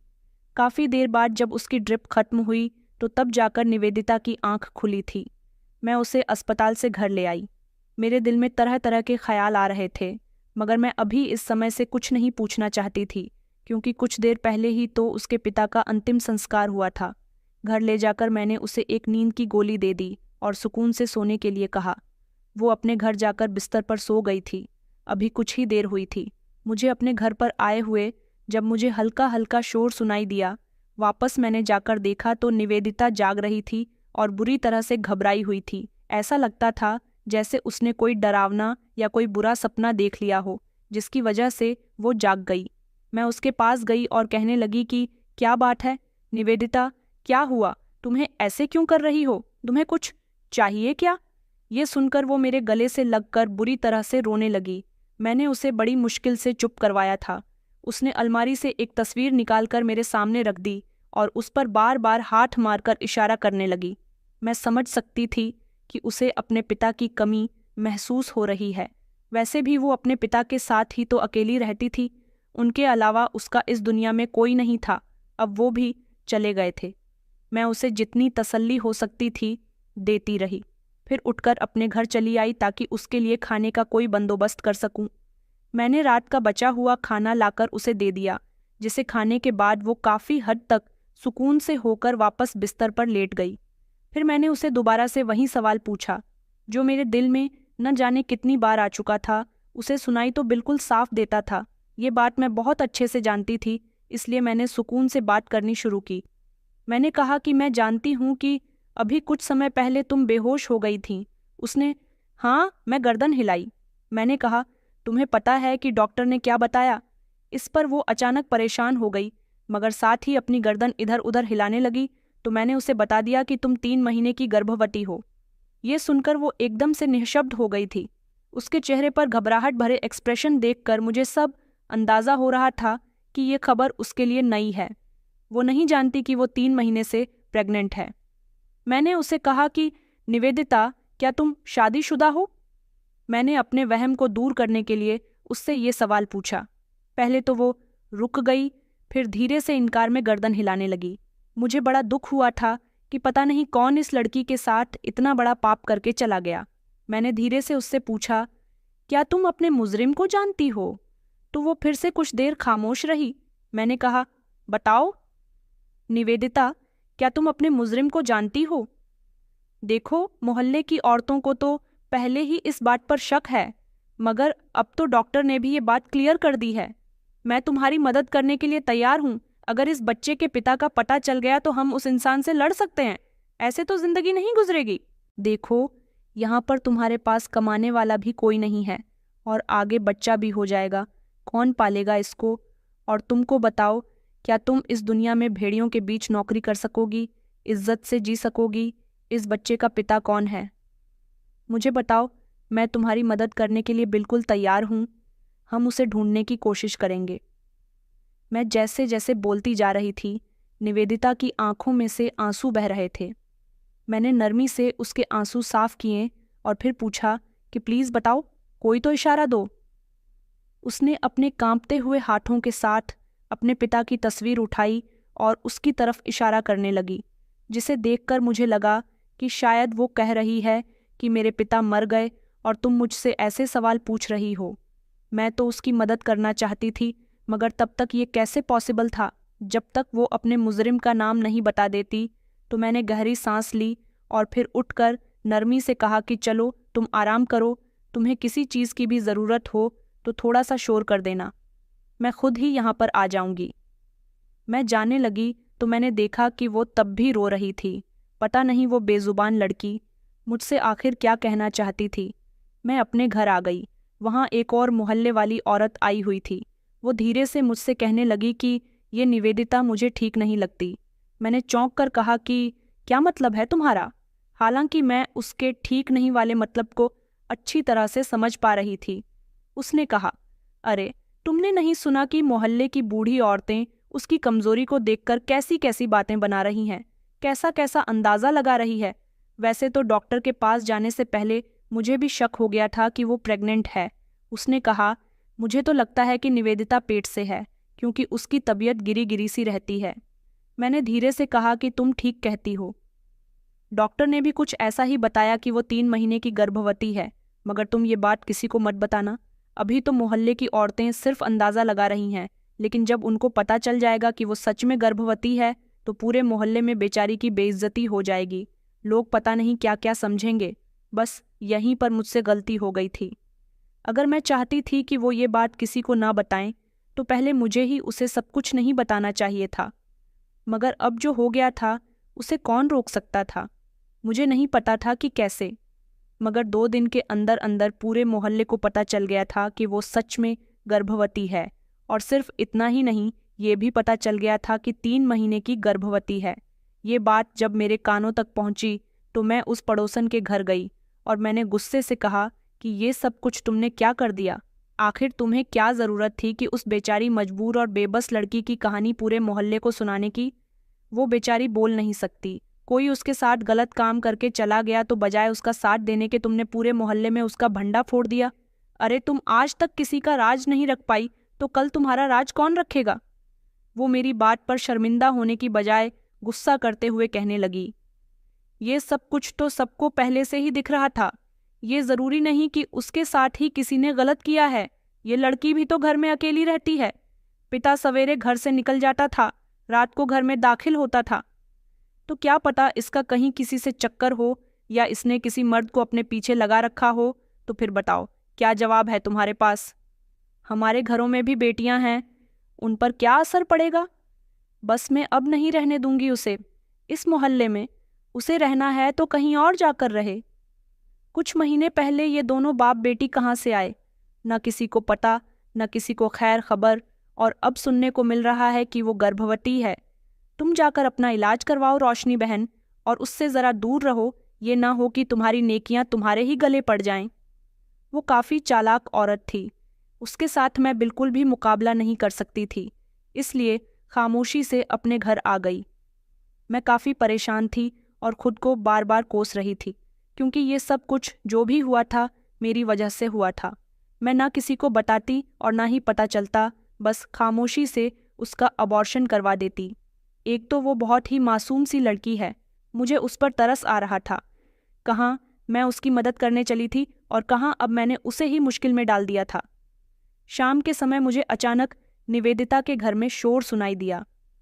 भागकर जब मैंने दीवार से देखा तो मोहल्ले वाले उसके घर में इकट्ठा थे। मैं जल्दी से उसके घर गई तो सारे मोहल्ले वाले शोर मचा रहे थे।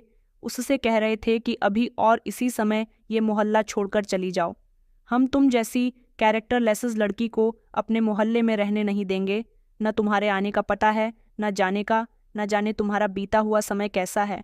वो लोग तो इससे भी ज़्यादा सख्त बातें कह रहे थे।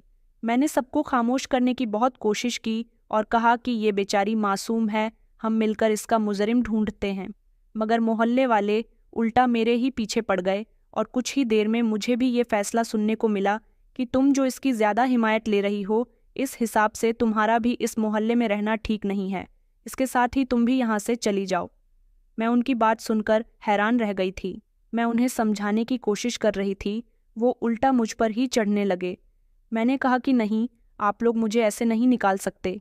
इतने में ही मेरे पति भी वहाँ पर आ गए, तो वो लोग मेरे पति से भी झगड़ा करने लगे और उन्होंने मेरे घर का सामान निकालकर फेंकना शुरू कर दिया।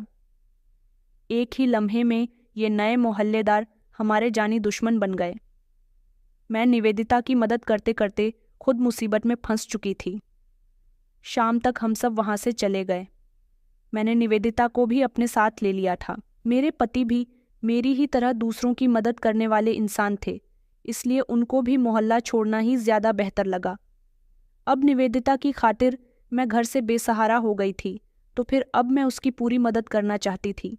हम सब गली में खड़े हुए थे।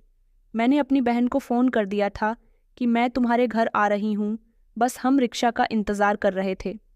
तभी उस गली में एक बड़ी सी काले रंग की गाड़ी आकर रुकी। उसमें से एक औरत और एक आदमी बाहर निकले और तेज़ी से निवेदिता के पास जाकर उससे कुछ पूछने लगे। वो हमसे थोड़ी अलग खड़ी हुई थी, इसलिए उन लोगों की बातें हम नहीं सुन पा रहे थे। सारे मोहल्ले वाले अपने अपने दरवाज़ों पर खड़े हुए थे ताकि हमें वहाँ से भेजकर ही दोबारा अपने घर में जा सके। वो मुझे भी इतनी आसानी से वहाँ से नहीं निकाल सकते थे। अगर मेरा घर किराए का ना होकर अपना ही होता तो उन्होंने मकान मालिक को भी धमकी दी थी कि उसने हमसे एक घर खाली नहीं करवाया तो अंजाम का जिम्मेदार वो खुद होगा। इसलिए मकान मालिक ने भी हम पर घर खाली करने का प्रेशर बनाया था। लेकिन जब वो बड़ी गाड़ी वाले मर्द और औरत निवेदिता से बात करने लगे तो सारे मोहल्ले वाले खामोशी से खड़े रहे। साफ दिखाई दे रहा था कि उनकी हवा खराब होने लगी है। उस बड़ी गाड़ी वाले आदमी ने कहा कि चलो हमारे साथ। ये शब्द सुनकर मैं हैरान रह गई थी। निवेदिता ने जाने से इनकार कर दिया। साथ ही वो मेरी तरफ इशारा करते हुए कहने लगी, तो वो औरत शायद समझ गई थी, इसलिए उसने मुझे और मेरे पति को गाड़ी में बैठने को कहा। मैंने अपने पति की तरफ देखा। वो कहने लगे कि निवेदिता गाड़ी में बैठ रही है तो हम भी बैठ जाते हैं। हम लोग गाड़ी में बैठ गए तो वो औरत मोहल्ले के लोगों की तरफ देखकर कहने लगी कि तुम लोगों ने जो कुछ किया है अच्छा नहीं किया। मैं तुम सबकी पुलिस में कंप्लेंट दर्ज करवाऊंगी। जब तुम्हें तुम्हारे घरों से पुलिस लेकर जाएगी तब भी इतना ही बेफिक्र रहना। उस औरत की बात पर अभी भी वो सन्नाटा था। फिर एक दो आदमी आगे बढ़े और कहने लगे कि माफ़ करना मालकिन, निवेदिता को उतार दीजिए, हमें कोई परेशानी नहीं है। इसके यहाँ रहने से हम तो मोहल्ले की औरतों की बातों में आ गए थे। उनको देखकर बाकी लोग भी घबराकर निवेदिता को वहाँ रहने के लिए कहने लगे, मगर वो औरत पहले से ज़्यादा गुस्से में आ गई। उसने कहा कि अब ये लोग हमारे साथ जा रहे हैं और तुम लोग अब पुलिस का इंतज़ार करो। तुम लोगों ने एक मासूम बच्ची के साथ साथ इन शरीफ लोगों पर भी इल्ज़ाम लगाया जो इस बच्ची की मदद कर रहे हैं। उस औरत ने हमारी तरफ इशारा करते हुए कहा तो वह हैरान रह गई। मतलब कि खड़े खड़े ही निवेदिता ने उस औरत को पूरी बात बता भी दी थी, लेकिन वो कौन थी? मैं यही सोच रही थी। लोग हंगामा करने लगे कि वो निवेदिता को कहीं नहीं जाने देंगे, लेकिन वो औरत जो भी थी बहुत ही हिम्मत वाली थी। उसने पुलिस को फ़ोन मिलाया और बताया कि इस मोहल्ले के लोग इस बच्ची को डरा रहे हैं। पुलिस वालों ने कहा कि मैडम, अगर वहाँ के हालात कंट्रोल नहीं हो रहे तो क्या हम वहाँ आ जाएं? उस औरत ने मोहल्ले वालों की तरफ देखा जो ऑन स्पीकर से पुलिस वालों की बातें सुन रहे थे। वो जो काफ़ी देर से रास्ता बंद करके खड़े थे एकदम ही पीछे हट गए और जगह छोड़ दी। उसने पुलिस वालों से फ़ोन पर कहा कि अभी आपके आने की ज़रूरत नहीं है, मैं बता दूंगी कि आपको कब यहाँ आना है। इतना कहकर उन्होंने फ़ोन बंद कर दिया। उसके बाद गाड़ी चलने लगी थी। मैं नहीं जानती थी कि औरत कौन है और हमें कहाँ पर लेकर जा रही है। मुझे लगा कि शायद ये निवेदिता की कोई रिश्तेदार है। तभी हम दोनों पति पत्नी भी गाड़ी के अंदर सुकून से बैठे हुए थे। कुछ देर के बाद गाड़ी एक बड़े से घर के पास रुकी। जब हम अंदर गए तो घर बहुत ही बड़ा और सुंदर था। ऐसे घर मैंने अपनी ज़िंदगी में शायद पहली बार देखा था।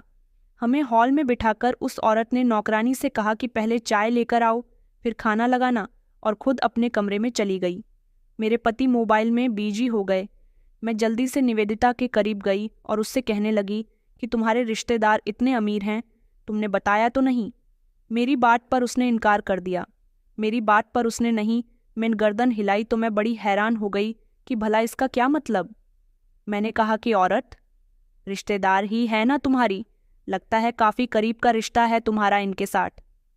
अब की बार निवेदिता ने फिर से गर्दन हिलाई, जिस पर मैं चौंक गई।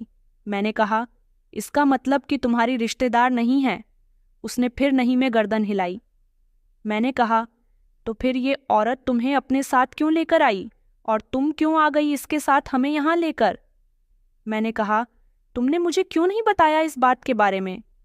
देखो, हम पहले ही एक मुसीबत से निकले हैं, अब तुम हमें दूसरी मुसीबत में तो प्लीज मत डालो। चलो यहाँ से। तुम इन्हें जानती नहीं हो और यहाँ आ भी गई हो। मुझे निवेदिता से ज्यादा अपनी बेवकूफ़ी पर हैरानी हो रही थी कि कम से कम मुझे उससे वहीं पर पूछ लेना चाहिए था कि ये कौन लोग हैं और इनसे तुम्हारा क्या रिश्ता है। मुझे बहुत पछतावा हो रहा था, ना मैं इस लड़की पर भरोसा करती और ना मुझे ये सब भुगतना पड़ता। मेरे पति को अभी ये बात पता नहीं थी क्योंकि हम धीरे धीरे बातें कर रहे थे। मैंने कहा, निवेदिता, चलो यहाँ से। अगर तुम्हें नहीं जाना तो तुम यहीं पर रहो, हम दोनों यहाँ से जा रहे हैं। तुम्हारी वजह से मुझे अपना घर तो छोड़ना पड़ ही गया, अब मैं दूसरी मुसीबत मोल नहीं लूंगी। इस बात पर वो परेशान होकर इशारों में मुझे कुछ बताने लगी, लेकिन मेरी कंडीशन कुछ भी समझने की नहीं थी। मैं वहाँ से जाना चाहती थी, लेकिन इससे पहले कि वो औरत वहाँ पर आ गई, उसने मुझे रिलैक्स रहने के लिए कहा। मैं खामोशी से बैठ तो गई, लेकिन मुझे सुकून नहीं आ रहा था। मैं इसीलिए परेशान थी कि अगर निवेदिता इनको जानती नहीं है तो यहाँ पर क्यों आई है। मैंने सोचा, ये औरत ज़रूर निवेदिता को जानती होगी, वैसे भी उसके इशारे मुझे कहाँ समझ आ रहे हैं। उस औरत ने मेरी तरफ देखकर कहा, क्या कोई परेशानी है? मेरे पति का फ़ोन आ गया था तो वो बाहर उठकर चले गए, लेकिन मैंने इस पर मौका देखकर उस औरत से बात की और कहा कि क्या आप निवेदिता की रिश्तेदार हैं? इस बात पर पहले तो उन्होंने मुझे चौंक कर देखा, उसके बाद हंसते हुए कहने लगीं। उन्होंने कहा कि तुम्हें इस बारे में निवेदिता ने बताया है?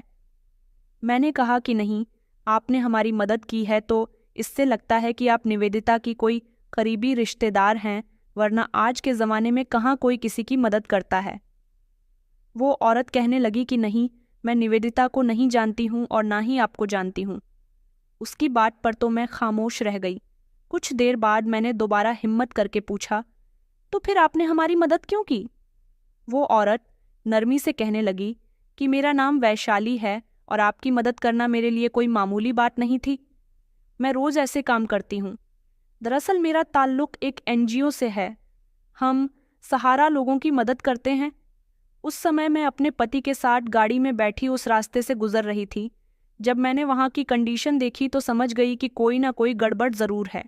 ये तो अच्छा है कि मामले की गहराई का मैंने निवेदिता से पता लगा लिया। मुझे इशारों की भाषा भी आती है तो मैं आसानी से निवेदिता की सारी बात समझ गई। साथ ही सबको खामोश करवा दिया और ये भी बता दिया कि ये लड़की अकेली नहीं है। मैं उस औरत की हिम्मत पर दंग रह गई। मैंने कहा कि आपका बहुत बहुत शुक्रिया। इतने में ही मेरे पति आए तो मैंने उनको भी इस बारे में बताया तो वो बहुत खुश हुए थे और उन्होंने भी वैशाली जी का शुक्रिया अदा किया था। मैं वैशाली जी को निवेदिता के बारे में बताना चाहती थी, लेकिन कैसे बताती? उस समय वो वहीं पर बैठी हुई थी और उसके सामने बात करना मुझे ठीक नहीं लग रहा था। तभी वैशाली जी का फ़ोन बजने लगा। कॉल अटेंड करने से पहले उन्होंने कहा कि आपको परेशान होने की ज़रूरत नहीं है, आप लोग यहाँ पर बिल्कुल सुरक्षित हैं। मुझे निवेदिता की कहानी जाननी है, इसलिए आप लोग कुछ दिन हमारे साथ में रह सकते हैं। यहाँ एक पोर्शन बना हुआ है मेहमानों के लिए, नौकर आपको वहाँ ले जाएगा। मुझे अभी ज़रूरी काम से बाहर जाना है तो रात को मुलाकात होती है। वो तो अपनी बात कहकर वहाँ से चली गई थी, लेकिन मेरे पति चाह रहे थे कि हमें वहाँ पर नहीं रहना चाहिए, लेकिन मैंने उन्हें खामोश करवा दिया कि अब हम जाएंगे भी कहाँ। ये औरत एक सोशल वर्कर है, इसके बहुत सारे कॉन्टैक्ट होंगे, तो अगर हम उससे मदद मांगे तो वो हमें एक अच्छा सा किराए का मकान दिलवा सकती है। फिलहाल हमें वहाँ पर एक एक कमरा दे दिया गया था और दूसरे कमरे में निवेदिता को रखा गया था।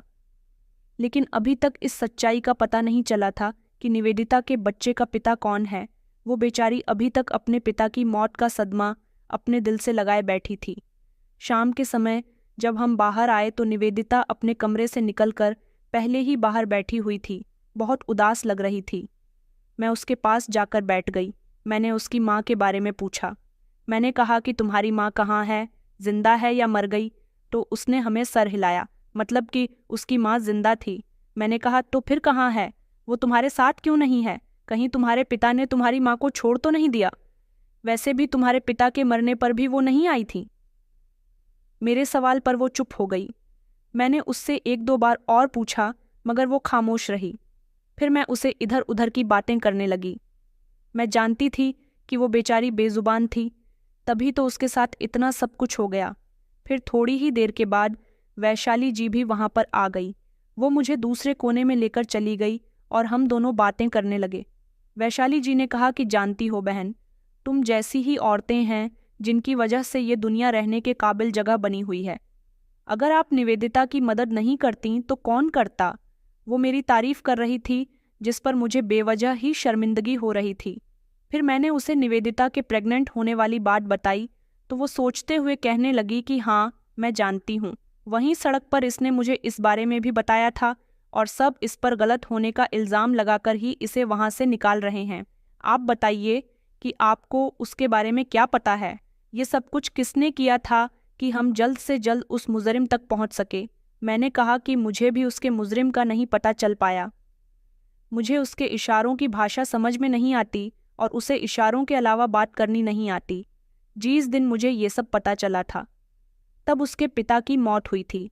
मैं जब भी ये सवाल उससे पूछती हूँ तो वो रोने लग जाती है, इसलिए मैंने उस पर ज़्यादा दबाव नहीं दिया। वो आपकी बात बहुत अच्छे से समझ जाती है, इसीलिए मैं चाहती हूँ कि आप ही उससे इस बारे में पूछिए।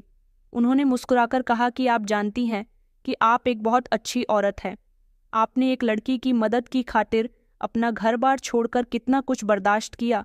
आप जैसी औरतों की वजह से ही न जाने कितने लोग सुकून से हैं। आप चाहें तो हमारा एनजीओ ज्वाइन कर सकती हैं, क्योंकि मुझे आपके अंदर काम करने का पोटेंशियल दिखाई दे रहा है। उस औरत ने एक ऐसी बात कही थी जिससे मेरे अंदर का कॉन्फिडेंस बढ़ गया, मगर मैंने कोई भी फैसला करने से पहले उनसे कह दिया कि पहले मैं अपने पति से पूछकर बताऊंगी। उन्होंने कहा कि चलिए ठीक है, मैं भी इस बारे में निवेदिता से बात ज़रूर करूंगी और आपको परेशान होने की ज़रूरत नहीं है। आप यहाँ जितने भी दिन रहना चाहें रह सकती है। जब हालात ठीक हो जाएंगे आप जहाँ जाना चाहें जा सकती है। इतना कहकर वो वहाँ से चली गई। अभी कुछ दिन पहले ही मेरे पति की नौकरी छूटी थी। मैं बहुत परेशान थी, लेकिन मैंने सोच लिया था कि कोई ना कोई रास्ता निकल आएगा। फिर अचानक से एक दिन निवेदिता का मामला बिगड़ गया। कहते हैं कि जो होता है अच्छे के लिए होता है। तभी मैंने सोचा था कि एनजीओ में काम करूंगी। यही सोच सोचकर मुझे खुशी हो रही थी और मैं जल्दी से अपने पति के पास चली गई ताकि उनको बता सकूं। इस बारे में मुझे पूरा भरोसा था कि वो मुझे मना नहीं करेंगे, मगर फिर भी पूछना तो ज़रूरी था। फिर एक दो दिन के बाद वैशाली जी ने मुझे और निवेदिता को ड्राइंग रूम में बुलाया। हम वहाँ गए। उन्होंने बात शुरू की।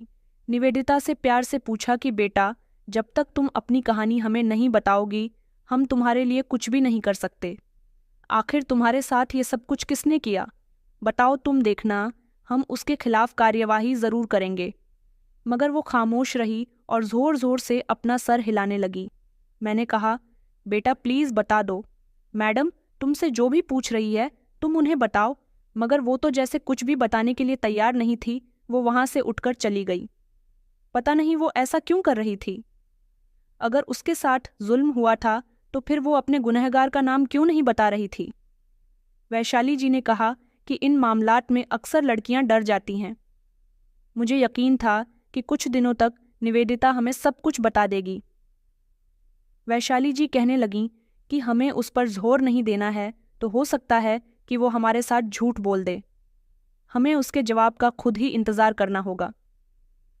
मैं वहाँ से जाने लगी तो उन्होंने कहा कि आपने अभी तक मुझे नहीं बताया कि आप एनजीओ ज्वाइन कर रही हैं या नहीं। मैं खामोश रही तो उन्होंने कहा कि हमारा एनजीओ बाकी एनजीओ की तरह काम नहीं करता। हम कानून का साथ लेकर और सुकून से काम करते हैं। अगर आप चाहें तो हम आपको अपना काम दिखा भी सकते हैं। हम सिर्फ इतना चाहते हैं कि उम्र जितनी भी हो मगर उसमें कुछ कर गुजरने की ताकत और बर्दाश्त करने की काबिलियत हो, और आप में तो लगभग सारी ही क्वालिटी है। तो बताइए कि आप हमारा साथ देंगी? मैंने धीरे से उनसे हाँ कह दिया, क्योंकि जब कुदरत मुझे इतना बड़ा मौका दे रही थी तो मैं कैसे पीछे रह सकती थी। मेरे यहाँ कहने पर वो बहुत खुश हुई थीं। उन्होंने कहा, तो ठीक है, आपका पहला केस निवेदिता है, यहीं से शुरुआत करते हैं आपके नए सफ़र की। मैं बहुत खुश हुई थी। उसके बाद हम 2-3 दिन तक इंतज़ार करते रहे कि निवेदिता हमें खुद कुछ बताएगी, लेकिन ऐसा नहीं हुआ। उसने तो जैसे कुछ ना बताने का फैसला कर रखा था। वो कुछ भी नहीं बोलती थी। मैं कोई बात कर लूँ तो इशारे से जवाब दे दिया करती थी, वरना खामोशी से एक तरफ बैठी रहती थी। एक दिन मैं अपने कमरे में बैठी हुई थी जब वो चलती हुई मेरे पास आई और रोने लगी। मैंने हैरानी से पूछा कि क्या हुआ? निवेदिता, क्या बात है? क्यों रो रही हो? क्या तुम्हें कुछ चाहिए? ये किसी ने तुम्हें परेशान किया तो इसने इनकार कर दिया और दवाइयों की तरफ इशारा करने लगी, जिससे मैं समझ गई कि वो क्या कहना चाह रही है। मैंने कहा, क्या तुम्हें दवाइयाँ चाहिए? तुम इस बच्चे को ख़त्म करना चाहती हो? मैंने सीरियस होकर पूछा तो वो हाँ में गर्दन हिलाकर रह गई। इस बात पर मैंने गहरी सांस ली और कहा, क्या तुम जानती हो कि तुम्हारी कंडीशन ऐसी नहीं है कि तुम इस बच्चे को ख़त्म कर सको? लेकिन वो खामोश रही। मैंने फिर से कहा कि निवेदिता, अब बहुत टाइम गुजर चुका है, ये फैसला जल्दी लेना होता है। लेकिन जब इस बात का पता चला तो काफ़ी देर हो चुकी थी। मैंने कहा कि अगर हमने ऐसी वैसी कोई भी कोशिश की तो तुम्हारी जान जा सकती है। मेरी बात सुनकर वो रोने लगी। उसकी आंखों में आंसू देखकर मुझे अपने दिल में दर्द महसूस हुआ। वो बेचारी बेसहारा थी, न उसका घर न रिश्तेदार, लेकिन फिर भी मैंने उससे पूछा, क्या तुम मुझे अपने घर ले जा सकती हो? तो वो खामोश हो गई। मैंने कहा, क्या तुम बचपन से गूंगी थी? मैंने उससे नया सवाल पूछा तो उसने नहीं में सर हिला दिया। इसका मतलब यही था कि वो बाद में गूंगी हुई थी। लेकिन कैसे? इस बात का जवाब तो इससे वैशाली जी ही ले सकती थीं। मैंने वैशाली जी से जब इस बारे में बात की तो उन्होंने भी वही कहा जो मैंने कहा था कि फिक्र मत कीजिए, हम इस बच्चे के लिए कोई ना कोई रास्ता निकाल लेंगे। हमारे पास कुछ पेरेंट्स ऐसे हैं जो नीबड़ संतान हैं और संतान के लिए तड़प रहे हैं। उनसे कांटेक्ट करने के बाद ये बच्चा हम उन्हें दे देंगे। निवेदिता भी मासूम है, उसे हमें इस दुनिया के लिए तैयार करना होगा और आपको इसमें मेरी मदद करनी होगी। मैंने वैशाली जी से कहा कि जी, क्यों नहीं, मैं आपकी पूरी मदद करूंगी।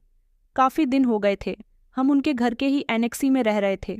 मैंने उनसे बात की और कहा कि हमें कोई भी किराए का छोटा सा घर ढूंढने में हमारी मदद कीजिए। हम आपके घर में और नहीं रह सकते। उन्होंने बहुत कहा कि कोई बात नहीं, आप मेरे घर में रह सकती हैं, लेकिन मुझे ये बात ठीक नहीं लगती थी और मेरे पति को भी। इसलिए उन्होंने जल्द ही एक छोटा मगर सुंदर सा किराए का घर ले लिया, मगर निवेदिता को उन्होंने अपने साथ ही रख लिया। एक दिन मैं एनजीओ गई तो वहाँ बेहद परेशान एक लड़का बैठा हुआ था। वो लगातार वैशाली जी से कोई बात पूछ रहा था। फिर जब पता चल गया तो मैंने कहा, कौन था ये? तो उन्होंने बताया कि हर महीने यहाँ आ जाता है। मैंने कहा, क्यों, क्या बात है? तो उन्होंने कहा कि इस लड़के की पत्नी गुम हो गई है, उसके साथ बचपन में शादी हुई थी। भला गुम हुई लड़कियां भी कभी मिलती हैं क्या? हमने तो अपने हिसाब से बहुत कोशिश कर ली, लेकिन उसकी पत्नी नहीं मिली। वो हर महीने यहाँ आ जाता है, उसके बारे में कोई ना कोई बात पूछने की कोशिश करता है। मुझे ये बात सुनकर बहुत दुख हुआ। मैंने कहा कि कोई भी इशारा नहीं मिला कि वो लड़की कहाँ जा सकती है। उन्होंने कहा कि नहीं, वो लड़की खुद नहीं भागी थी, बल्कि उसके माता पिता ने उसे बेच दिया था। आज के दौर में भी ऐसा होता है, मगर मुझे यकीन नहीं आ रहा था। वैशाली जी काफ़ी कॉन्फिडेंस के साथ ये बात बता रही थीं, क्योंकि उनके लिए ये बात नई नहीं थी। उन्होंने ऐसे बहुत सारे केसेस देखे थे। मैं जब कैबिन से बाहर आई तो मैंने देखा कि वो लड़का अभी भी बाहर खड़ा हुआ था। मैं उसके पास गई और मैंने कहा कि तुम मुझे पूरी बात बताओ, हो सकता है कि मैं तुम्हारी कुछ मदद कर दूं। उसने कहा कि मैंने आपको पहले यहाँ कभी नहीं देखा, शायद आप नई हैं। आपने बिल्कुल ठीक कहा। तो वो कहने लगा, जो काम यहाँ के पुराने लोग नहीं कर सके वो आप क्या करेंगी? मैं खामोश हो गई, क्योंकि वो बिल्कुल ठीक कह रहा था। न तो मेरी इतनी जान पहचान थी और न ही मेरा इतना बड़ा नाम कि मैं अपनी कोशिश के बावजूद इस लड़के की पत्नी को ढूंढ सकती। मैं वहाँ से जाने लगी तो उसने कहा कि अगर मेरी पत्नी नहीं मिली तो मेरे पेरेंट्स मेरी शादी किसी दूसरी लड़की से करवा देंगे, जो कि मैं बिल्कुल भी नहीं चाहता। वो रो रहा था और कह रहा था कि तुम कहाँ चली गई हो रिया। मुझे उस पर तरस आया, लेकिन मैं उसकी मदद नहीं कर सकती थी। मैंने उसे तसल्ली दी और कहा कि देखो बेटा, मैं यहाँ नई हूँ, लेकिन फिर भी तुम्हारी मदद करने की कोशिश करूँगी। अभी हम दोनों बात कर ही रहे थे जब वैशाली जी वहाँ पर आ गईं। उन्होंने हमें बात करते हुए सुन लिया। जिस पर वो नरमी से कहने लगीं कि ये ठीक कह रही है। अब हमारी मदद जितने लोगों की ली जा सके उतना ही अच्छा होता है। अभी तो एनजीओ के बंद होने का टाइम हो गया। तुम मेरे साथ चलो और रोशनी जी आप भी मेरे साथ मेरे घर चलिए। वहाँ चलकर कुछ मीटिंग करनी है और मैं आपको पूरी सिचुएशन बता देती हूँ, क्योंकि हमारे पास और भी बहुत सारे केस पड़े हुए हैं। मुझे वैशाली जी को देखकर बहुत खुशी हुई थी, क्योंकि वो एक बहुत अच्छी औरत थीं। एनजीओ बंद हुआ तो हम लोग वैशाली जी के घर आ गए थे। वो हमें सीधा ड्राइंग रूम में ले गईं और वहाँ जाकर मुझे अभय के केस के बारे में बताने लगीं कि उसके परिवार का निवास कहाँ था, कि वहाँ बच्चों की शादियाँ बचपन में ही कर दी जाती थीं। उसकी शादी भी रिया नाम की लड़की के साथ बचपन में ही हो गई थी, मगर जब रिया 14 साल की थी तब उसके घर के हालात अचानक बिगड़ गए, जिसकी वजह से उसके पिता पर काफ़ी सारा कर्जा हो गया था। शायद किसी बनिए का कर्जा था। कर्ज वक्त के साथ साथ बढ़ गया तो रिया के पिता उसका कर्ज उतारने के काबिल नहीं रहे, तो उन्होंने छुपकर एक दिन उस आदमी को अपनी बेटी ही बेच दी। मगर जब बार बार अभय के परिवार वालों ने रिया की फैमिली से पूछा कि उनकी बेटी कहाँ है, तो वो टालते रहे और ये कहते रहे कि रिया अपने किसी रिश्तेदार के यहाँ गई हुई है। और फिर जब बहुत समय गुजर गया तो उसके परिवार वालों ने कह दिया कि हमें अपनी बेटी के बारे में कुछ नहीं पता। और तब से ही अभय अपनी पत्नी को बार बार ढूंढ रहा है, क्योंकि रिया के पिता खामोश थे। वो किसी सवाल का कोई जवाब नहीं दे रहे थे। रिया के 18 साल के होने के बाद उसे विदा होकर अपने ससुराल आना था। फिर जब अभय के परिवार वालों ने रिया के पिता पर दबाव बनाया तो फाइनली उन्होंने बता दिया कि मैं अपना कर्ज उतारने की वजह से अपनी बेटी को बेच चुका हूँ। बस तभी से ही अभय और उसके परिवार वाले रिया को जगह जगह ढूंढ रहे हैं, क्योंकि जिस आदमी के हाथ रिया को बेचा गया था उसके बारे में भी कभी कुछ पता नहीं चल सका। वैशाली जी ने बताया कि किसी इंसान को ढूंढना मुश्किल होता है, लेकिन नामुमकिन नहीं। हमने हर तरह से कोशिश कर ली थी रिया को तलाश करने की, लेकिन उसका कोई डेटा ही नहीं था, तो हम उसे कैसे तलाश करते। यहाँ तक कि पुलिस भी इस मामले में कुछ नहीं कर सकी। और अब तो काफ़ी समय हो गया। जिस समय रिया को बेचा गया था उस समय वो बच्ची थी। सारी बात सुनने के बाद मैं पूरी तरह से खामोश हो गई। मेरा सारा भ्रम टूट गया था। मैं भी कुछ नहीं कर सकती थी। वैशाली जी ने कहा कि अब आप बताइए कि आप इस केस को किस तरह से हैंडल करेंगी। मेरे पास कोई जवाब नहीं था। इससे पहले मैं कुछ कहती, इतनी ही देर में अचानक किसी के गिरने की आवाज़ आई। हम तीनों ने फौरन ही पीछे पलटकर देखा तो निवेदिता दरवाजे पर बेहोश पड़ी हुई थी। हम तीनों उसके पास गए और जब उसे सीधा किया तो अभय जोर से कहने लगा कि ये तुम मेरी रिया है। रिया, उठो, तुम ठीक हो ना? तुम कहाँ चली गई थी? वो बार बार उसे जगाने की कोशिश कर रहा था, जबकि मैं और वैशाली जी पीछे खड़े हैरानी से ये सब कुछ देख रहे थे। क्या वो रिया थी? हम दोनों के दिमाग में ये सवाल गूंज रहा था, लेकिन वो रिया नहीं थी, वो तो निवेदिता थी। हो सकता है कि अब वह हमारे साथ झूठ बोल रहा हो। मैंने वैशाली जी की तरफ देखा तो उन्होंने मुझे चुप रहने का इशारा दिया। मैं भी खामोश हो गई। अभय की हालत तो बहुत खराब हो रही थी। उसके चेहरे पर पसीने के साथ साथ उसकी आंखों में ढेर सारे आंसू भी थे। वो बार बार उसके चेहरे को ठपठपा रहा था, बार बार रिया का नाम ही पुकार रहा था। वो कह रहा था कि आज मैं ऊपर वाले के आगे रो रो कर प्रार्थना करके आया था कि काश तुम मुझे मिल जाओ, और देखो आज मेरी प्रार्थना पूरी भी हो गई। उठो रिया। वो बुरी तरह से पागल हो रहा था।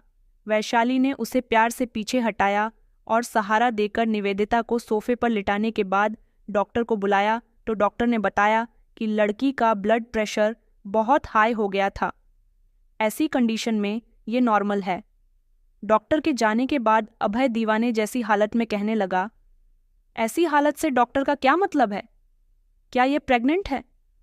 उसके पूछने की ज़रूरत नहीं थी, क्योंकि निवेदिता का बढ़ा हुआ पेट खुद ही ये सब कुछ बता रहा था। उसने रोते हुए कहा, ये आपको कहाँ मिली? ये निवेदिता नहीं बल्कि मेरी रिया है। वो मजबूत शब्दों में कह रहा था। उसने कहा कि मैं भला अपनी पत्नी को पहचानने में गलती नहीं कर सकता। जब वह होश में आई तो अभय के गले से लगकर रोने लगी। वो भी अभय को पहचान गई थी। वो उससे बात कर रहा था, मगर लगातार वो रोई जा रही थी और कह रहा था कि तुम कुछ बोलती क्यों नहीं हो? बताओ इन सबको कि तुम मेरी रिया हो। अभय ने सख्ती से कहा तो मैंने उसे बताया कि ये बोल नहीं सकती, गूंगी है, ये सुनकर तो अभय को एक बहुत बड़ा झटका लगा था। वो जल्दी से कहने लगा कि नहीं नहीं, ये बोल सकती है। जिस पर निवेदिता ने उसे इशारों से बताया कि वही रिया है, और जब उसे बेच दिया गया तो वो इंसान जिसे रिया को बेच दिया गया था, उसने उसे किसी दूसरे आदमी के हवाले बेच दिया और वो उसे दुनिया के सामने अपनी बेटी बनाकर रखने लगा। उसने किसी को नहीं बताया कि वो उसे खरीद कर लाया है। वो रिया को सबको अपनी बेटी बताया करता था और रिया ने बताया कि ये बच्चा भी उसी का ही है। उसने बताया कि मैं बहुत रोया करती थी, चीखती थी, उसे अपने करीब नहीं आने देती थी, तो उसने एक दिन मेरी जुबान जला दी। इसके बाद मैं बिल्कुल ही नहीं बोल सकती। जिस दिन वो मरा था उस दिन मैं बहुत खुश हुई थी, लेकिन एक दुख का पहाड़ और टूट पड़ा कि मैं गर्भवती हूँ। वो इशारा करती जा रही थी और वैशाली उसके इशारों का मतलब बता रही थीं। ये पूरी बात सुनने के बाद एक लम्हे के लिए हम सब लोग खामोश हो गए। हमारी आंखों में आंसू आ गए थे, लेकिन अभय कहने लगा कि जो हुआ सो हुआ। मुझे इस बात से कोई फर्क नहीं पड़ता। तुम्हारी और मेरी शादी बचपन में हो चुकी थी। तुम अभी भी मेरी पत्नी हो, गूंगी या जैसी भी हो, मुझे कबूल हो। ये सब तुमने तो अपने साथ नहीं किया ना, बल्कि तुम्हारे साथ ये सब कुछ दूसरों ने किया। मैं तुम्हें अपने साथ लेकर जाऊंगा। जुबान जल गई है, तुम्हारी काटी तो नहीं? मैं इसका भी इलाज करवाऊंगा। तुम्हारे पिता ने तुम्हारे साथ जो कुछ भी किया उसकी सज़ा उन्हें मिल गई है। वो अब इस दुनिया में नहीं रहे। सिर्फ तुम्हारी माँ जिंदा है और तुम्हें याद करती है, लेकिन वो बहुत बीमार है। मैं वादा करता हूँ कि मैं तुम्हें बहुत खुश रखूंगा। वो रो रहा था, साथ ही निवेदिता को गले लगा रहा था। ये सब देखकर हमें भी बहुत रोना आ रहा था। वो कहानी जो हमारे एक छोटे से मोहल्ले से शुरू हुई थी, उसने एक लड़की को अपनी मंजिल तक पहुंचा दिया था। अब वह अपनी पत्नी को अपने साथ ले गया।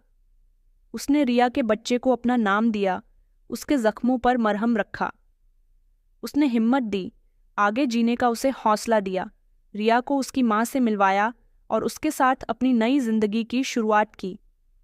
हमारे समाज में आज भी ऐसा कई जगह पर होता है कि बच्चों की बचपन में ही शादी कर दी जाती है। लेकिन कुछ लोग रिया के पिता जैसा भी कर सकते हैं, ऐसा मैंने कभी नहीं सोचा था।